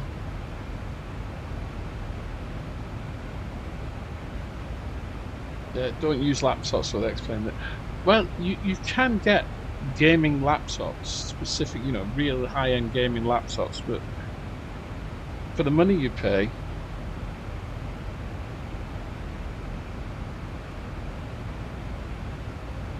so well, X-plane doesn't work on an Xbox, Martin.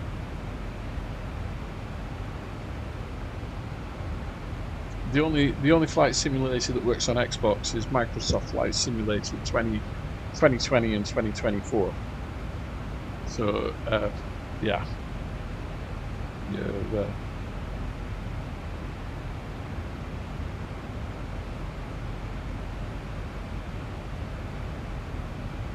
Microsoft Flight Simulator, yeah. That's the only one that works on on an Xbox. And X-plane will never be going to Xbox.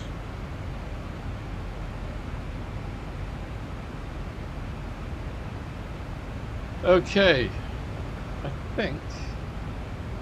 Oh no, I've got 80 miles to go yet. I don't really need to put this in just yet, but we're getting ready. We're coming down slowly.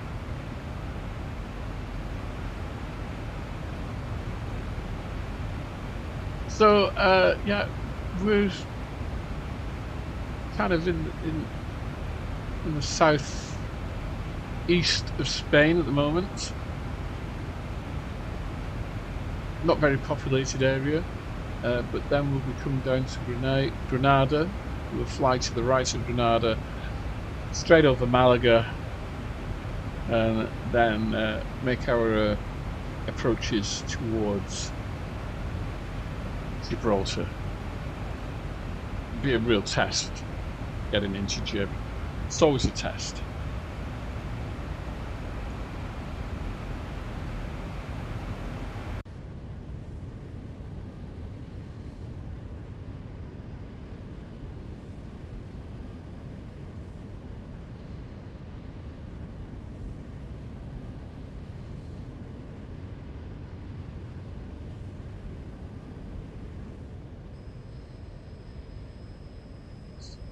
Quite a mountainous region here.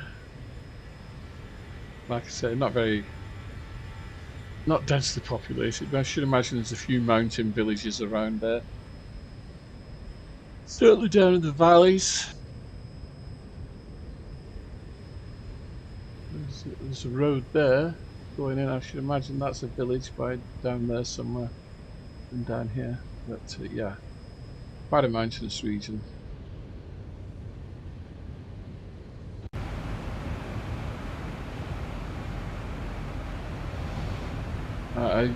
I said I would be landing at something like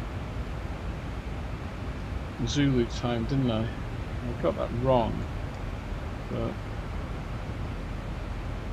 let me just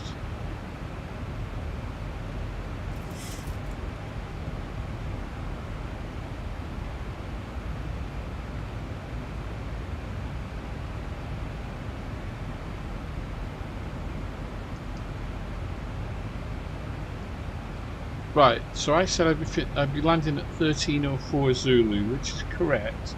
But of course, Spain is ahead of the UK, so it's going to be 14. I think it's going to be 14:04. This is an hour difference. On my on here on the FMC it's saying 13:04, but there's an hour's difference. I made an error. I do apologise if anybody was hanging around waiting for that landing. But, you know, we get there.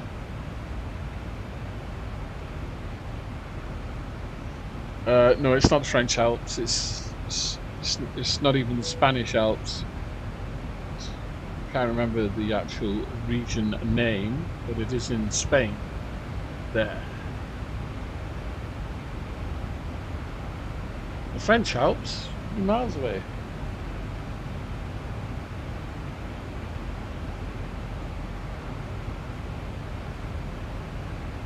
Well, hopefully you'll see it today, Martin.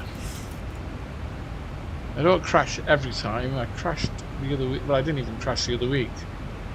The other day, that was something dramatic happened there.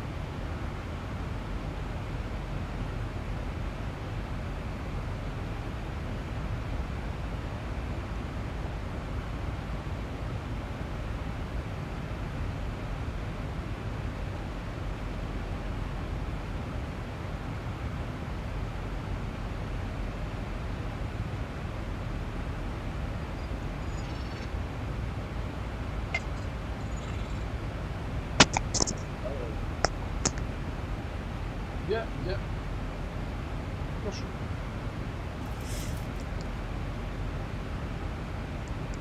Aha.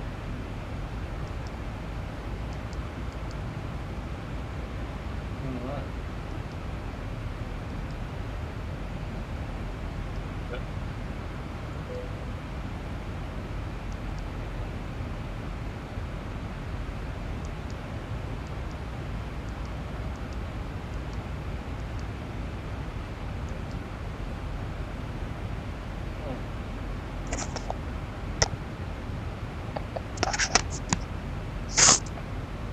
Yeah. Yeah.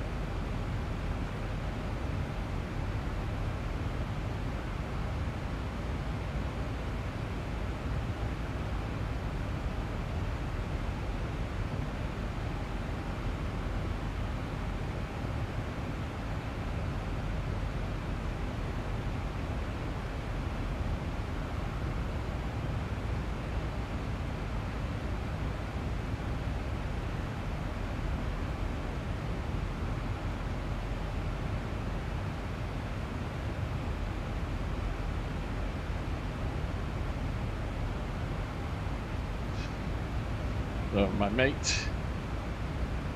No. Oh, 1, 2, 3, 4, 5. Right.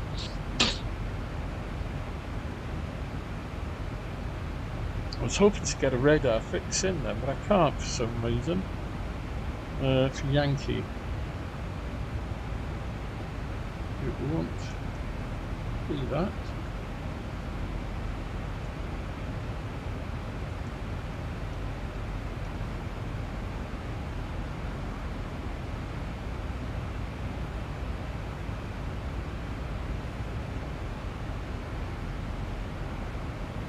Nope.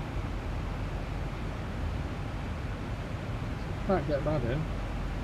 So I'm just gonna have to.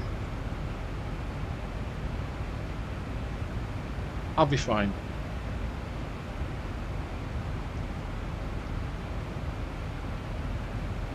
Okay, let's dial in this descent then. I mean, the first descent is 225.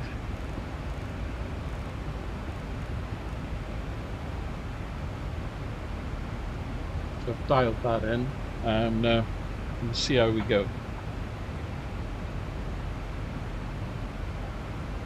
11 knot crosswind. Oh! Have you ever done a tutorial for this aircraft, by the way? I would love to learn. You should do one.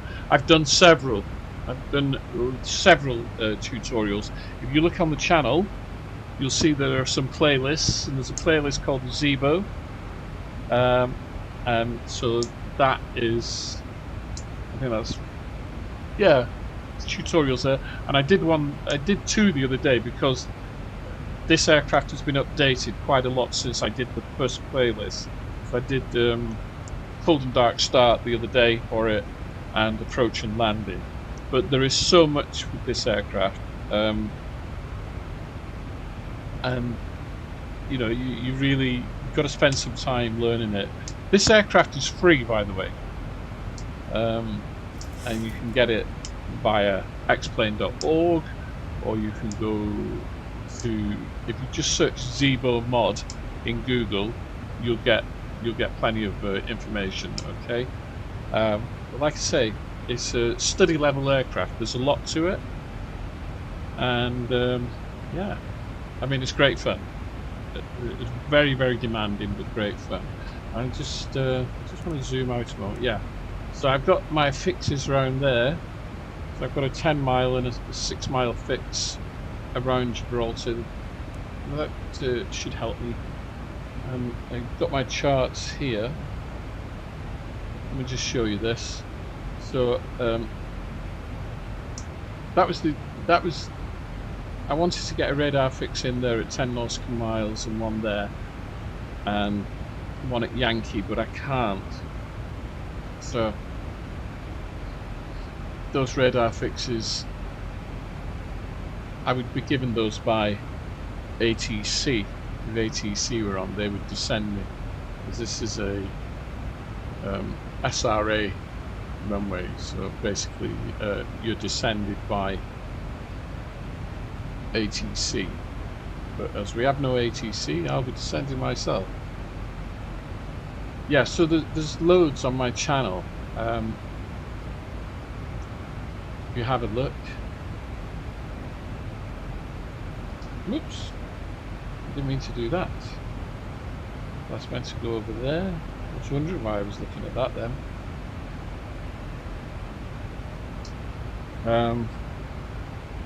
As I say, it would have been cool if I'd put the HUD up for the captain's landing, but that's okay.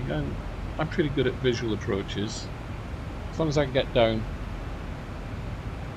I'm good. Okay,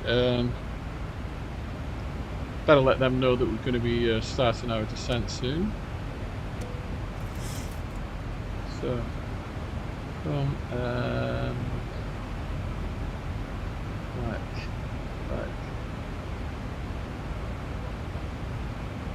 No, fuel, no, airside services, no. Boom. Where's the, there we go, PA.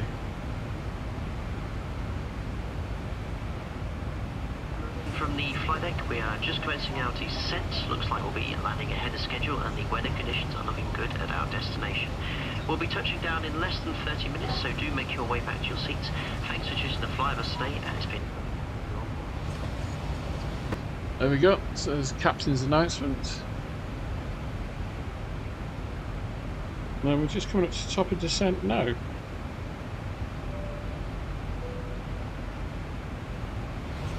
Ladies and gentlemen, the captain has switched on the fasten seatbelt sign as we are now at descent. We would ask you to return to your seats and ensure that your seatbelts are securely fastened, your tray tables are in the upright and locked position, your armrests down and window blinds fully open. Any bags that you may have removed during the flight must now be bestowed for landing, ensuring the main emergency exits and cabin aisle are kept completely clear of all baggage for landing. There should be no Crew method of seats for walking or landing, please. standing in the cabin aisle, and we'll be landing shortly. Thank you. There we go, we are descending. Seatbelts are on. We'll turn the cabin temperature down a little bit. We get warm.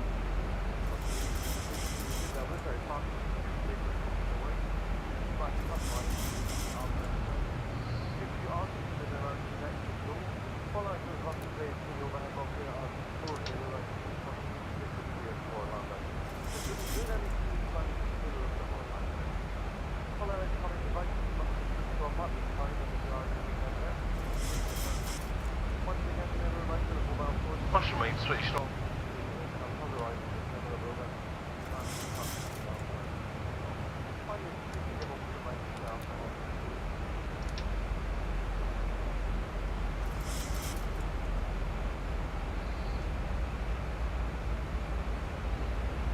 So we're in the descent profile there. You can see the magenta next to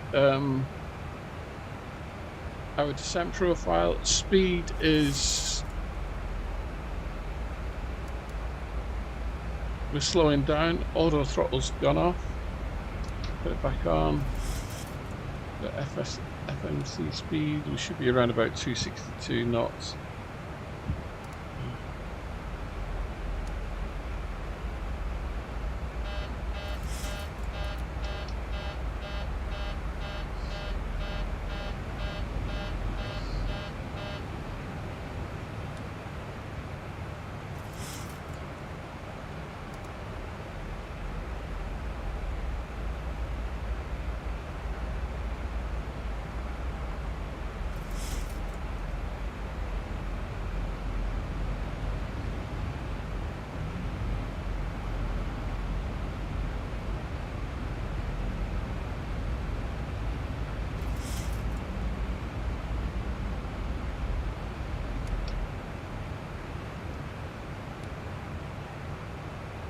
Well, I've noticed we're almost at idle there. In fact, we're below idle. Maintaining.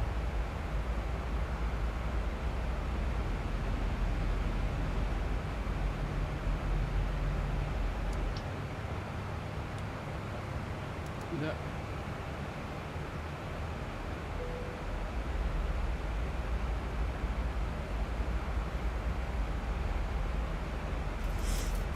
Ground speed's 241.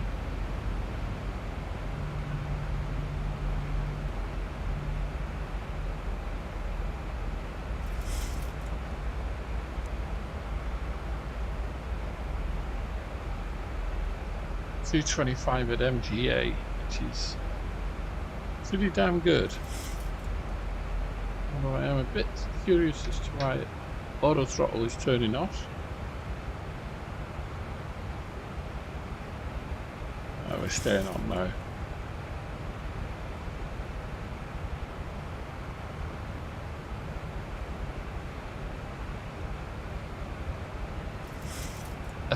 FMC speed, there we go.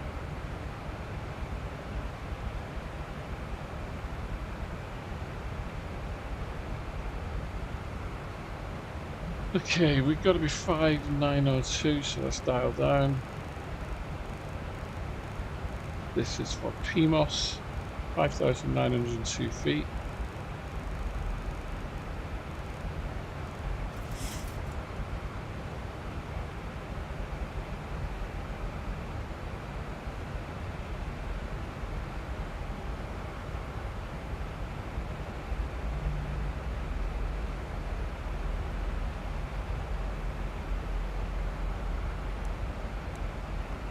Nice Primos.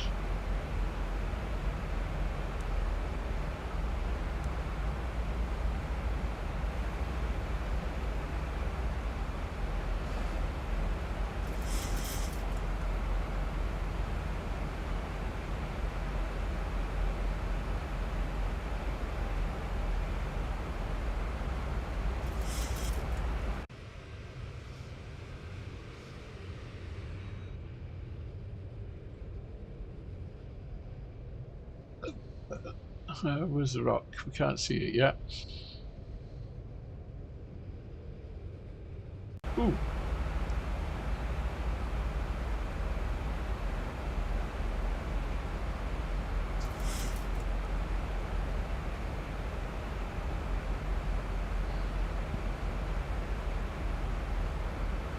Have you found those tutorials, Sarah? Have a look on the channel. They're all there. It's full playlists. From cold and dark. Cabin altitude, what the hell?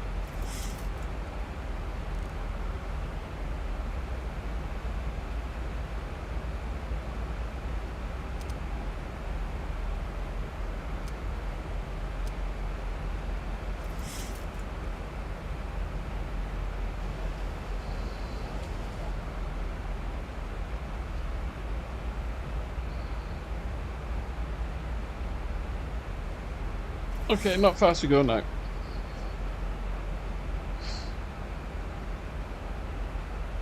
My wife is in the cinema. She's watching a film.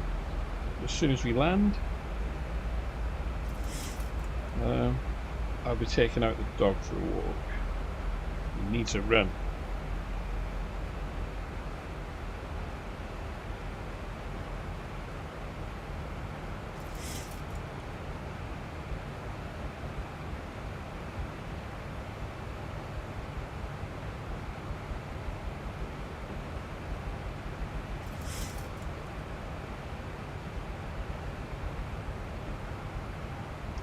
Oh yeah, we're perfect here. Look at this. We're in the descent profile.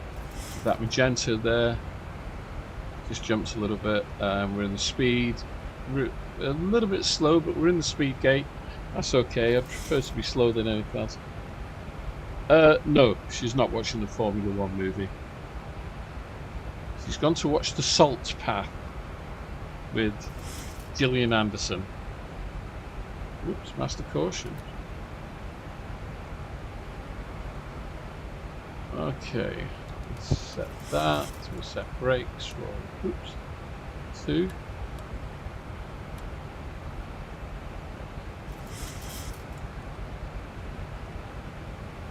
But we'll be going and watching the new Superman movie next week when it comes out.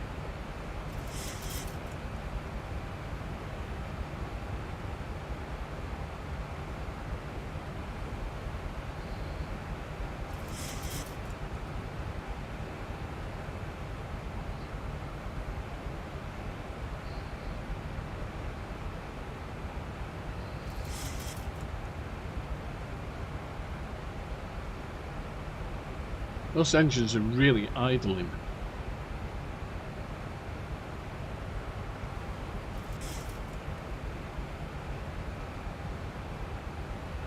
Oh, they're okay.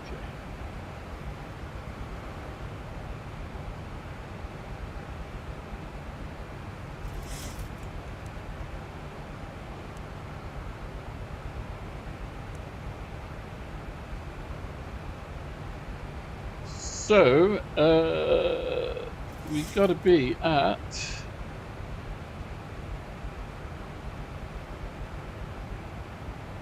PMOS, and you'll be at 5,869 feet, apparently.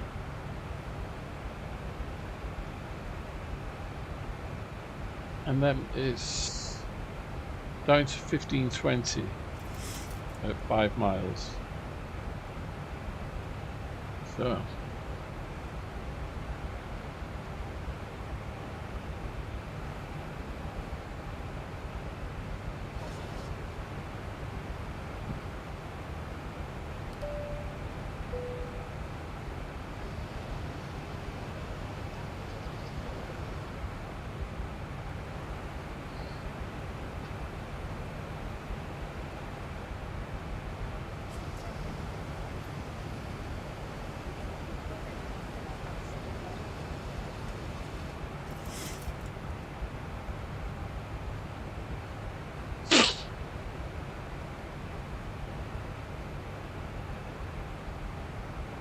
This is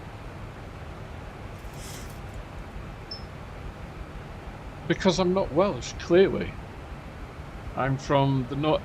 I've lived in Cardiff since 1981, but I'm from the northwest of England originally, from Bolton, near Manchester. I came to live in Cardiff in 1981. Now, if you want me to have a Welsh accent, I can, you know. A bit of Tom Jones. Oh.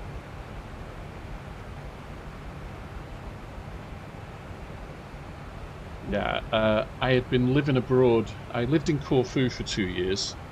I was a DJ and water ski instructor. I've been living in Corfu. And when I came back to the UK, I came to Cardiff to visit people that I'd worked with in Corfu. I was on my way home back to Bolton. And I came here to visit people. I was only staying for the weekend. And that was 1981. I've never got out. You saw a whale, did you? Well, that's good. Wales is spelled W-H-A-L-E.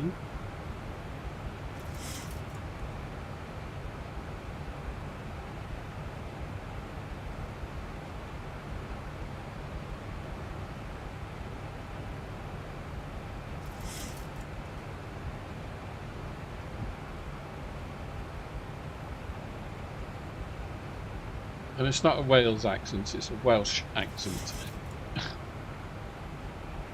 Okay, here we go. Yes, it is a very nice place. I didn't choose it over Bolton. What happened was, I was only here for the weekend, but I ended up staying because I got myself a job as a DJ in a club here, and I was only going to stay until the spring. But that was in the October of 1981, and I met my wife in November of 1981. We got together properly in April of 1982, and we got married in 1984. I like all sorts of music, but when I was DJing, it was mostly disco. Back in the late 70s and 80s.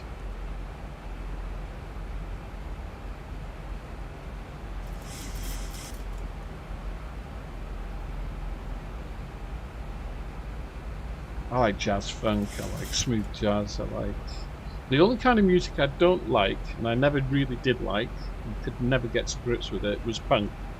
Plain and simple. I don't like punk. Okay, we're below 10,000 feet, so landing lights, they should have been off anyway, but we put them on. Oh dear. That's one of those things I tend to forget. Landing lights. Okay, let me have a look at my charts here.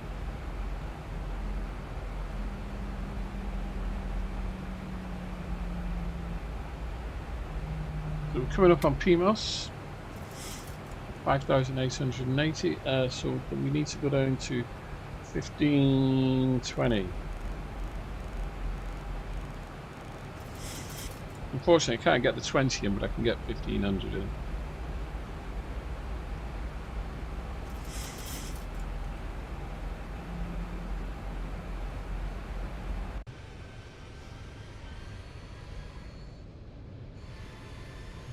There's the rock.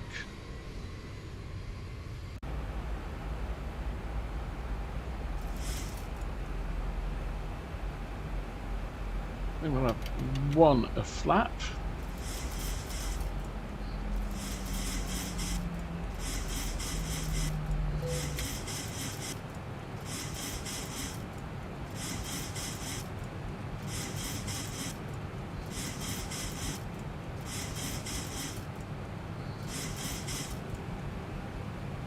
Logo lights on, a wheel well light on.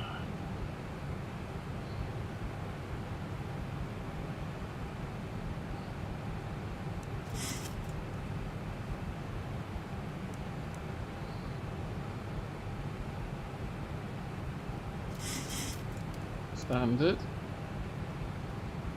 What was the QNH? I've forgotten.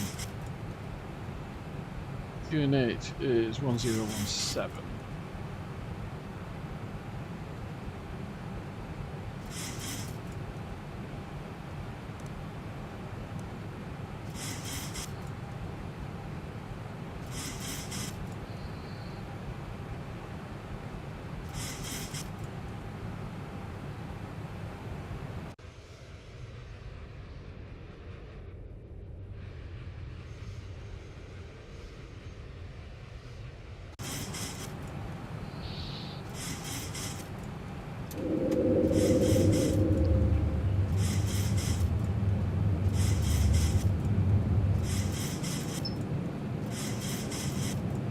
gear down.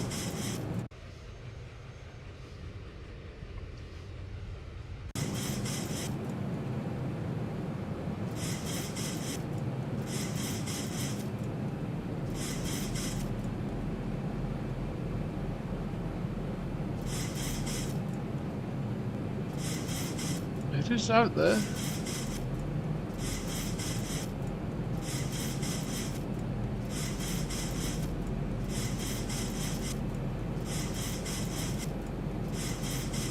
There's the runway. No, that's the rock. And the runway's to the right there.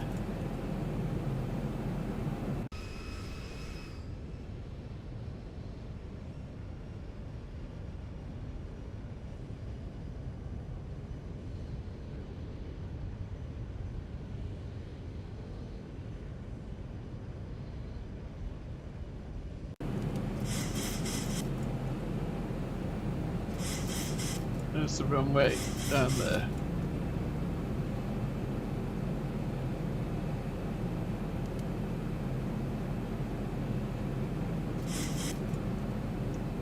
Thanks, Black Knight. We're a good way out yet, so.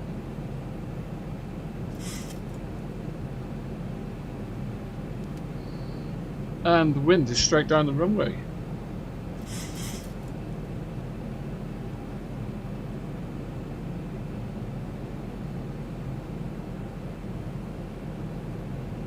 There's the rock. There's the runway. There. I got it.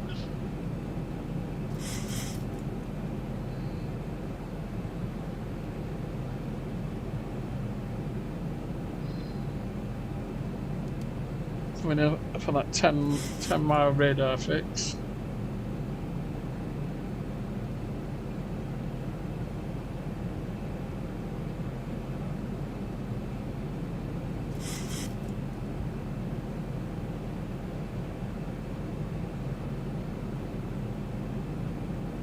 You can see on my chart here, just coming up to the 10 miles.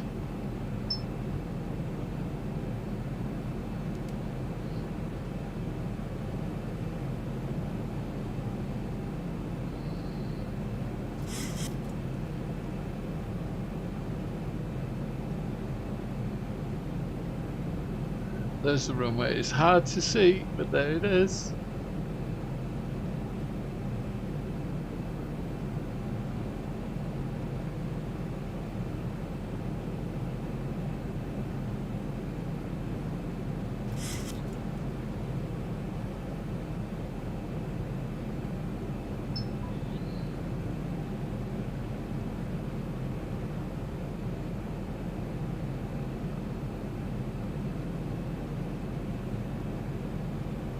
There it is.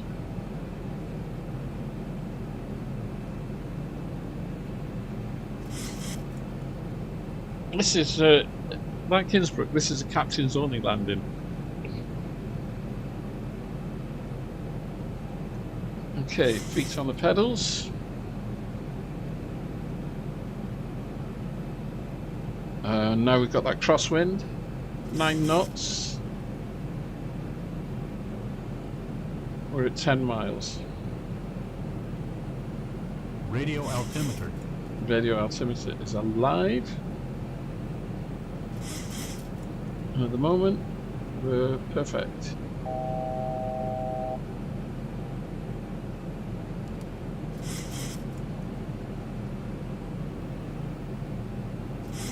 Descending on the glide slope and the localizer. So you can see the two magentas here, the one here on the right, the one down at the bottom. We are in the pipe 5x5. If anybody knows what that film is, you can tell me.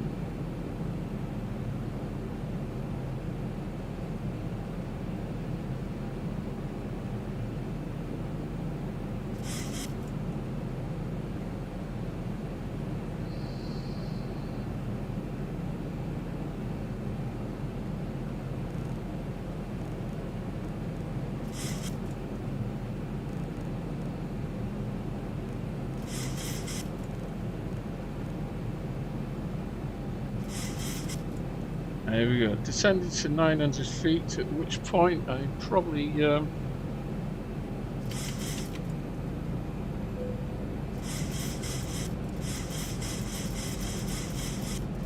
take off the autopilot and ask you all to wish me luck.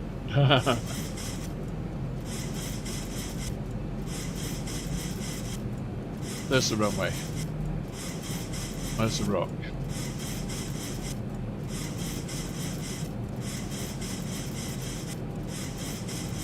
Trim wheels working well.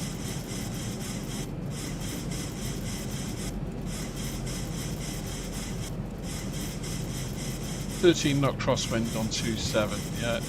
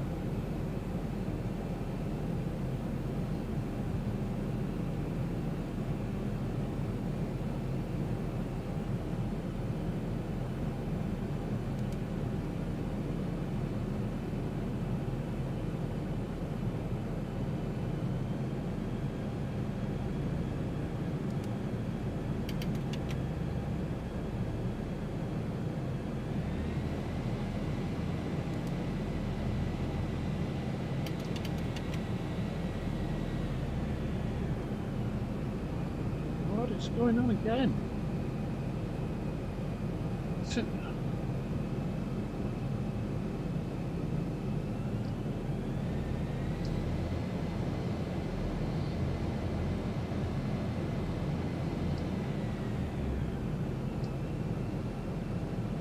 It's as if the aircraft doesn't want to go down at all.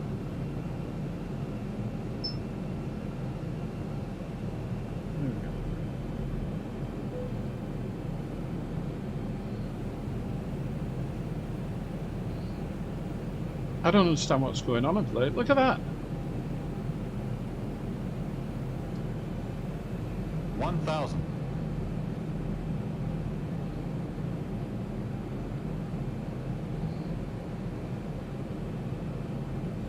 No, I'm not going around. Think rate. Think rate. Pull up. Pull up. Pull up. 500. Pull up. 400. Pull up. Pull up. Come on. 300. Pull up. Pull up. 200.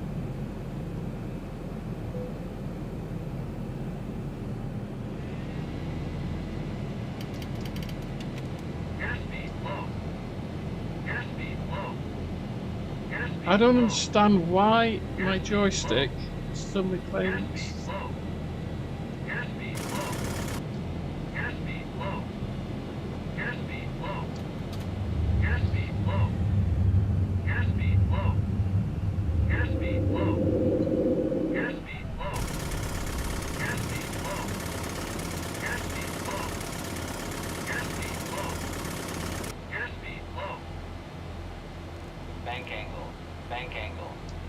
I don't understand why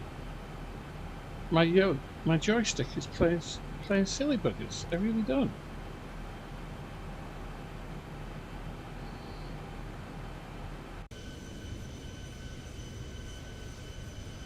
It's as if. What?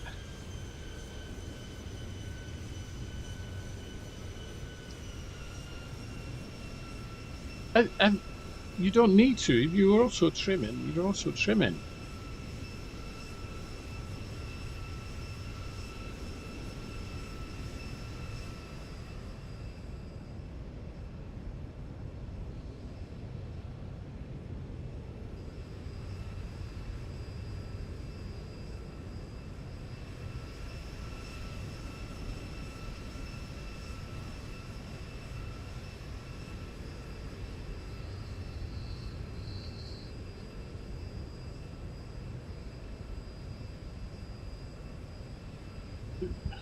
It's as if, look, I'm pushing the joystick forward, and it's as if the aircraft's just climbing out of friggin' nowhere.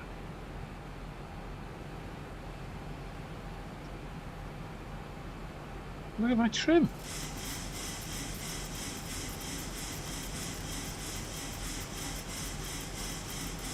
Think rate. Think rate. Pull up. Pull up. Pull up. Pull up. Pull 1,000. up. Pull up. Pull up. Pull up. Pull up. Pull up. Pull 500. up. 400. Pull up. Pull 300. Pull up. Pull 200. Pull up. Pull up.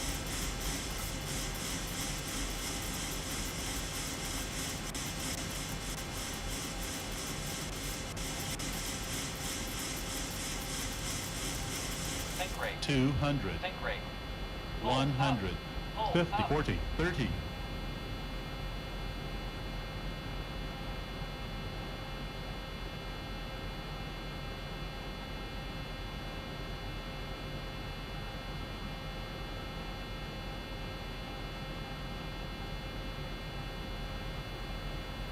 Think rate. Think rate. 100. Pull up. Pull 50. up. 40.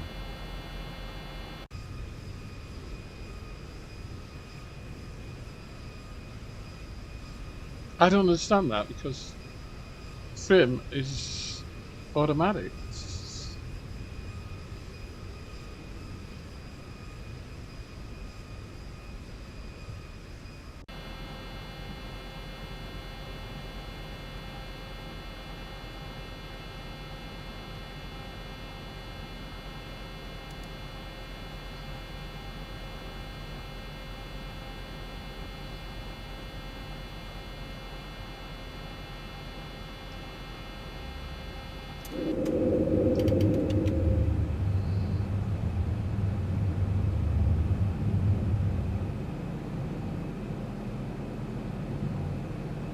Bank angle. Bank angle.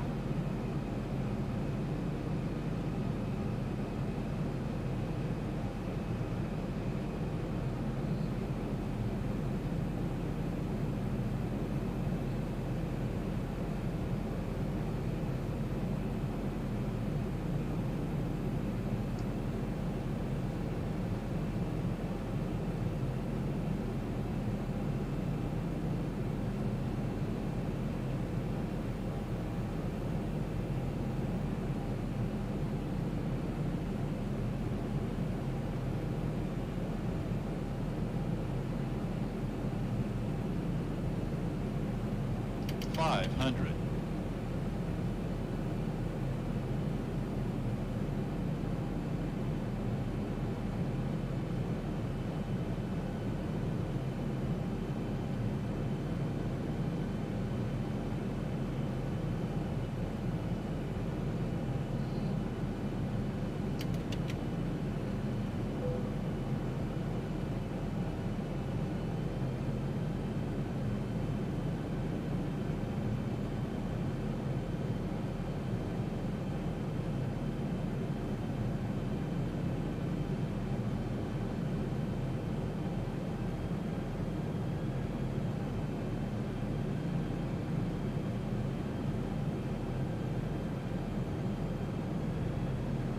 Tom, I know how to fly this plane. It's just that the trim has been messing me about since it's terrible.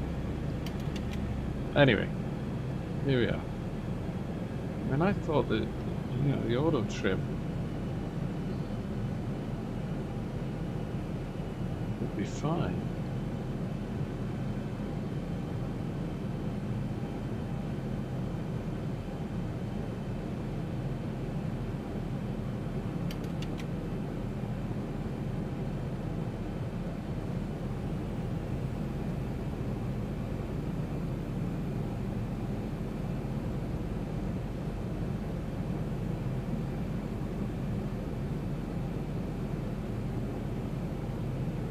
Yeah, maybe I've never had problems until the last couple of flights. But anyway, here we go. Having trimmed out. 500.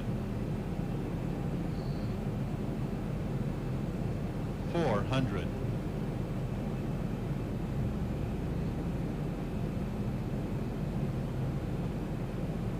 300. 200. Think rate. Think rate. Think rate. Think rate. 100. Think rate. Think rate. 50, 40, 30, 20, 10. Woo!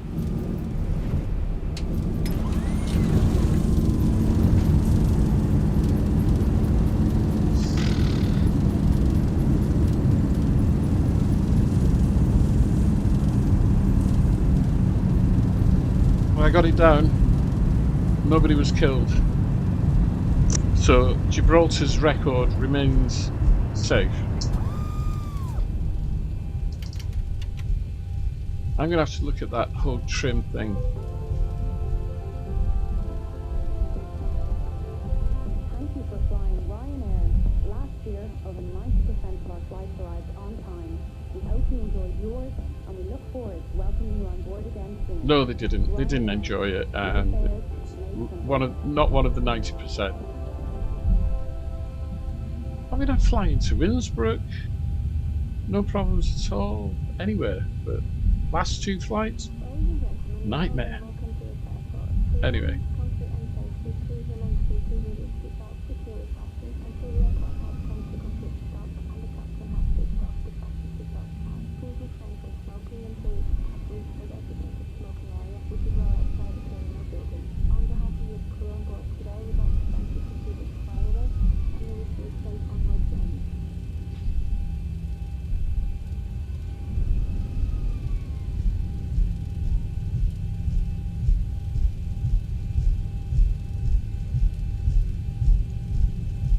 Actually, even with that go around, I'm only 8 minutes late.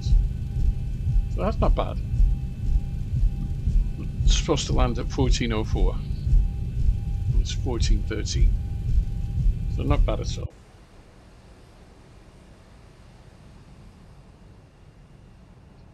Oh, cars, you should stop. Oh, they did. Can't turn off left there.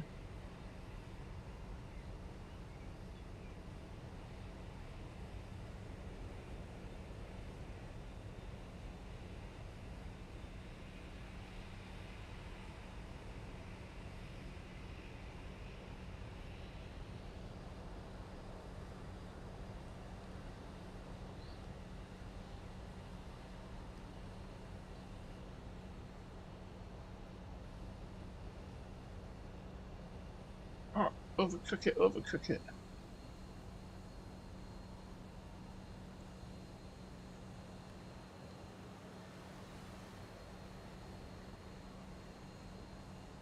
The tiller wheel on an actual 737 is really, really sensitive. I went to Simair 737, which is a full-size simulator up in Gloucester Airport, and the trim, the tiller, you only have to move it a little tiny bit, and you're gone. You're all over the place. So we'll go on stand 4.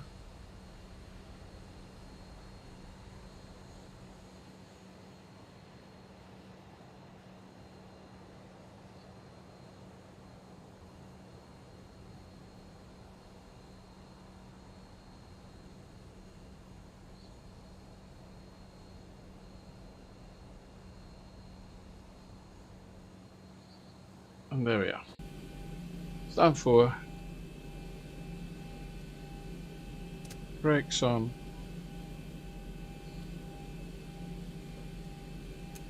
APU on. Started.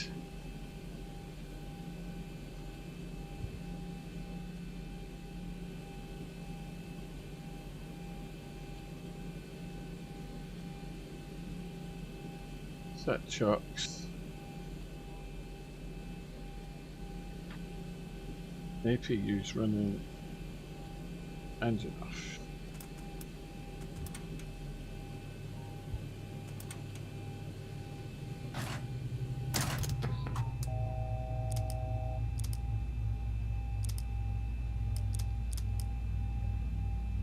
power off, power off, power off. Lights, oops.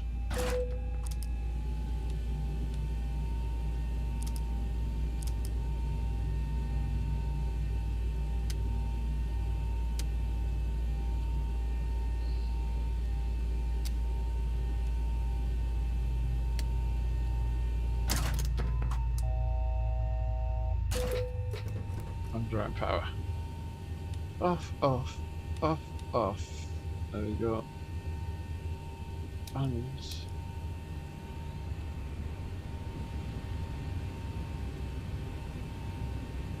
Oops. Doors open. And there we go.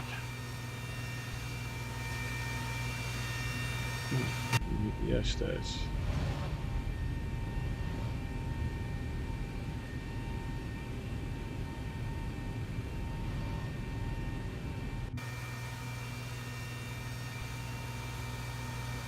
The stairs will open and everybody can get off.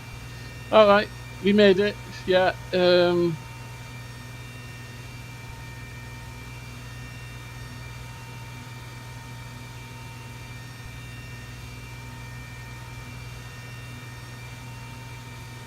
have a look at the trim. I will, because I've never had any problems other than the last two flights. But anyway, there we go. We got there in the end. Sorry about the excitement, but you know, it helps. And we'll see you all soon. And also, I will sort out the data strip. Try to get that working again. All right. We'll see you, everybody. Take care and have a good day. Cheerio.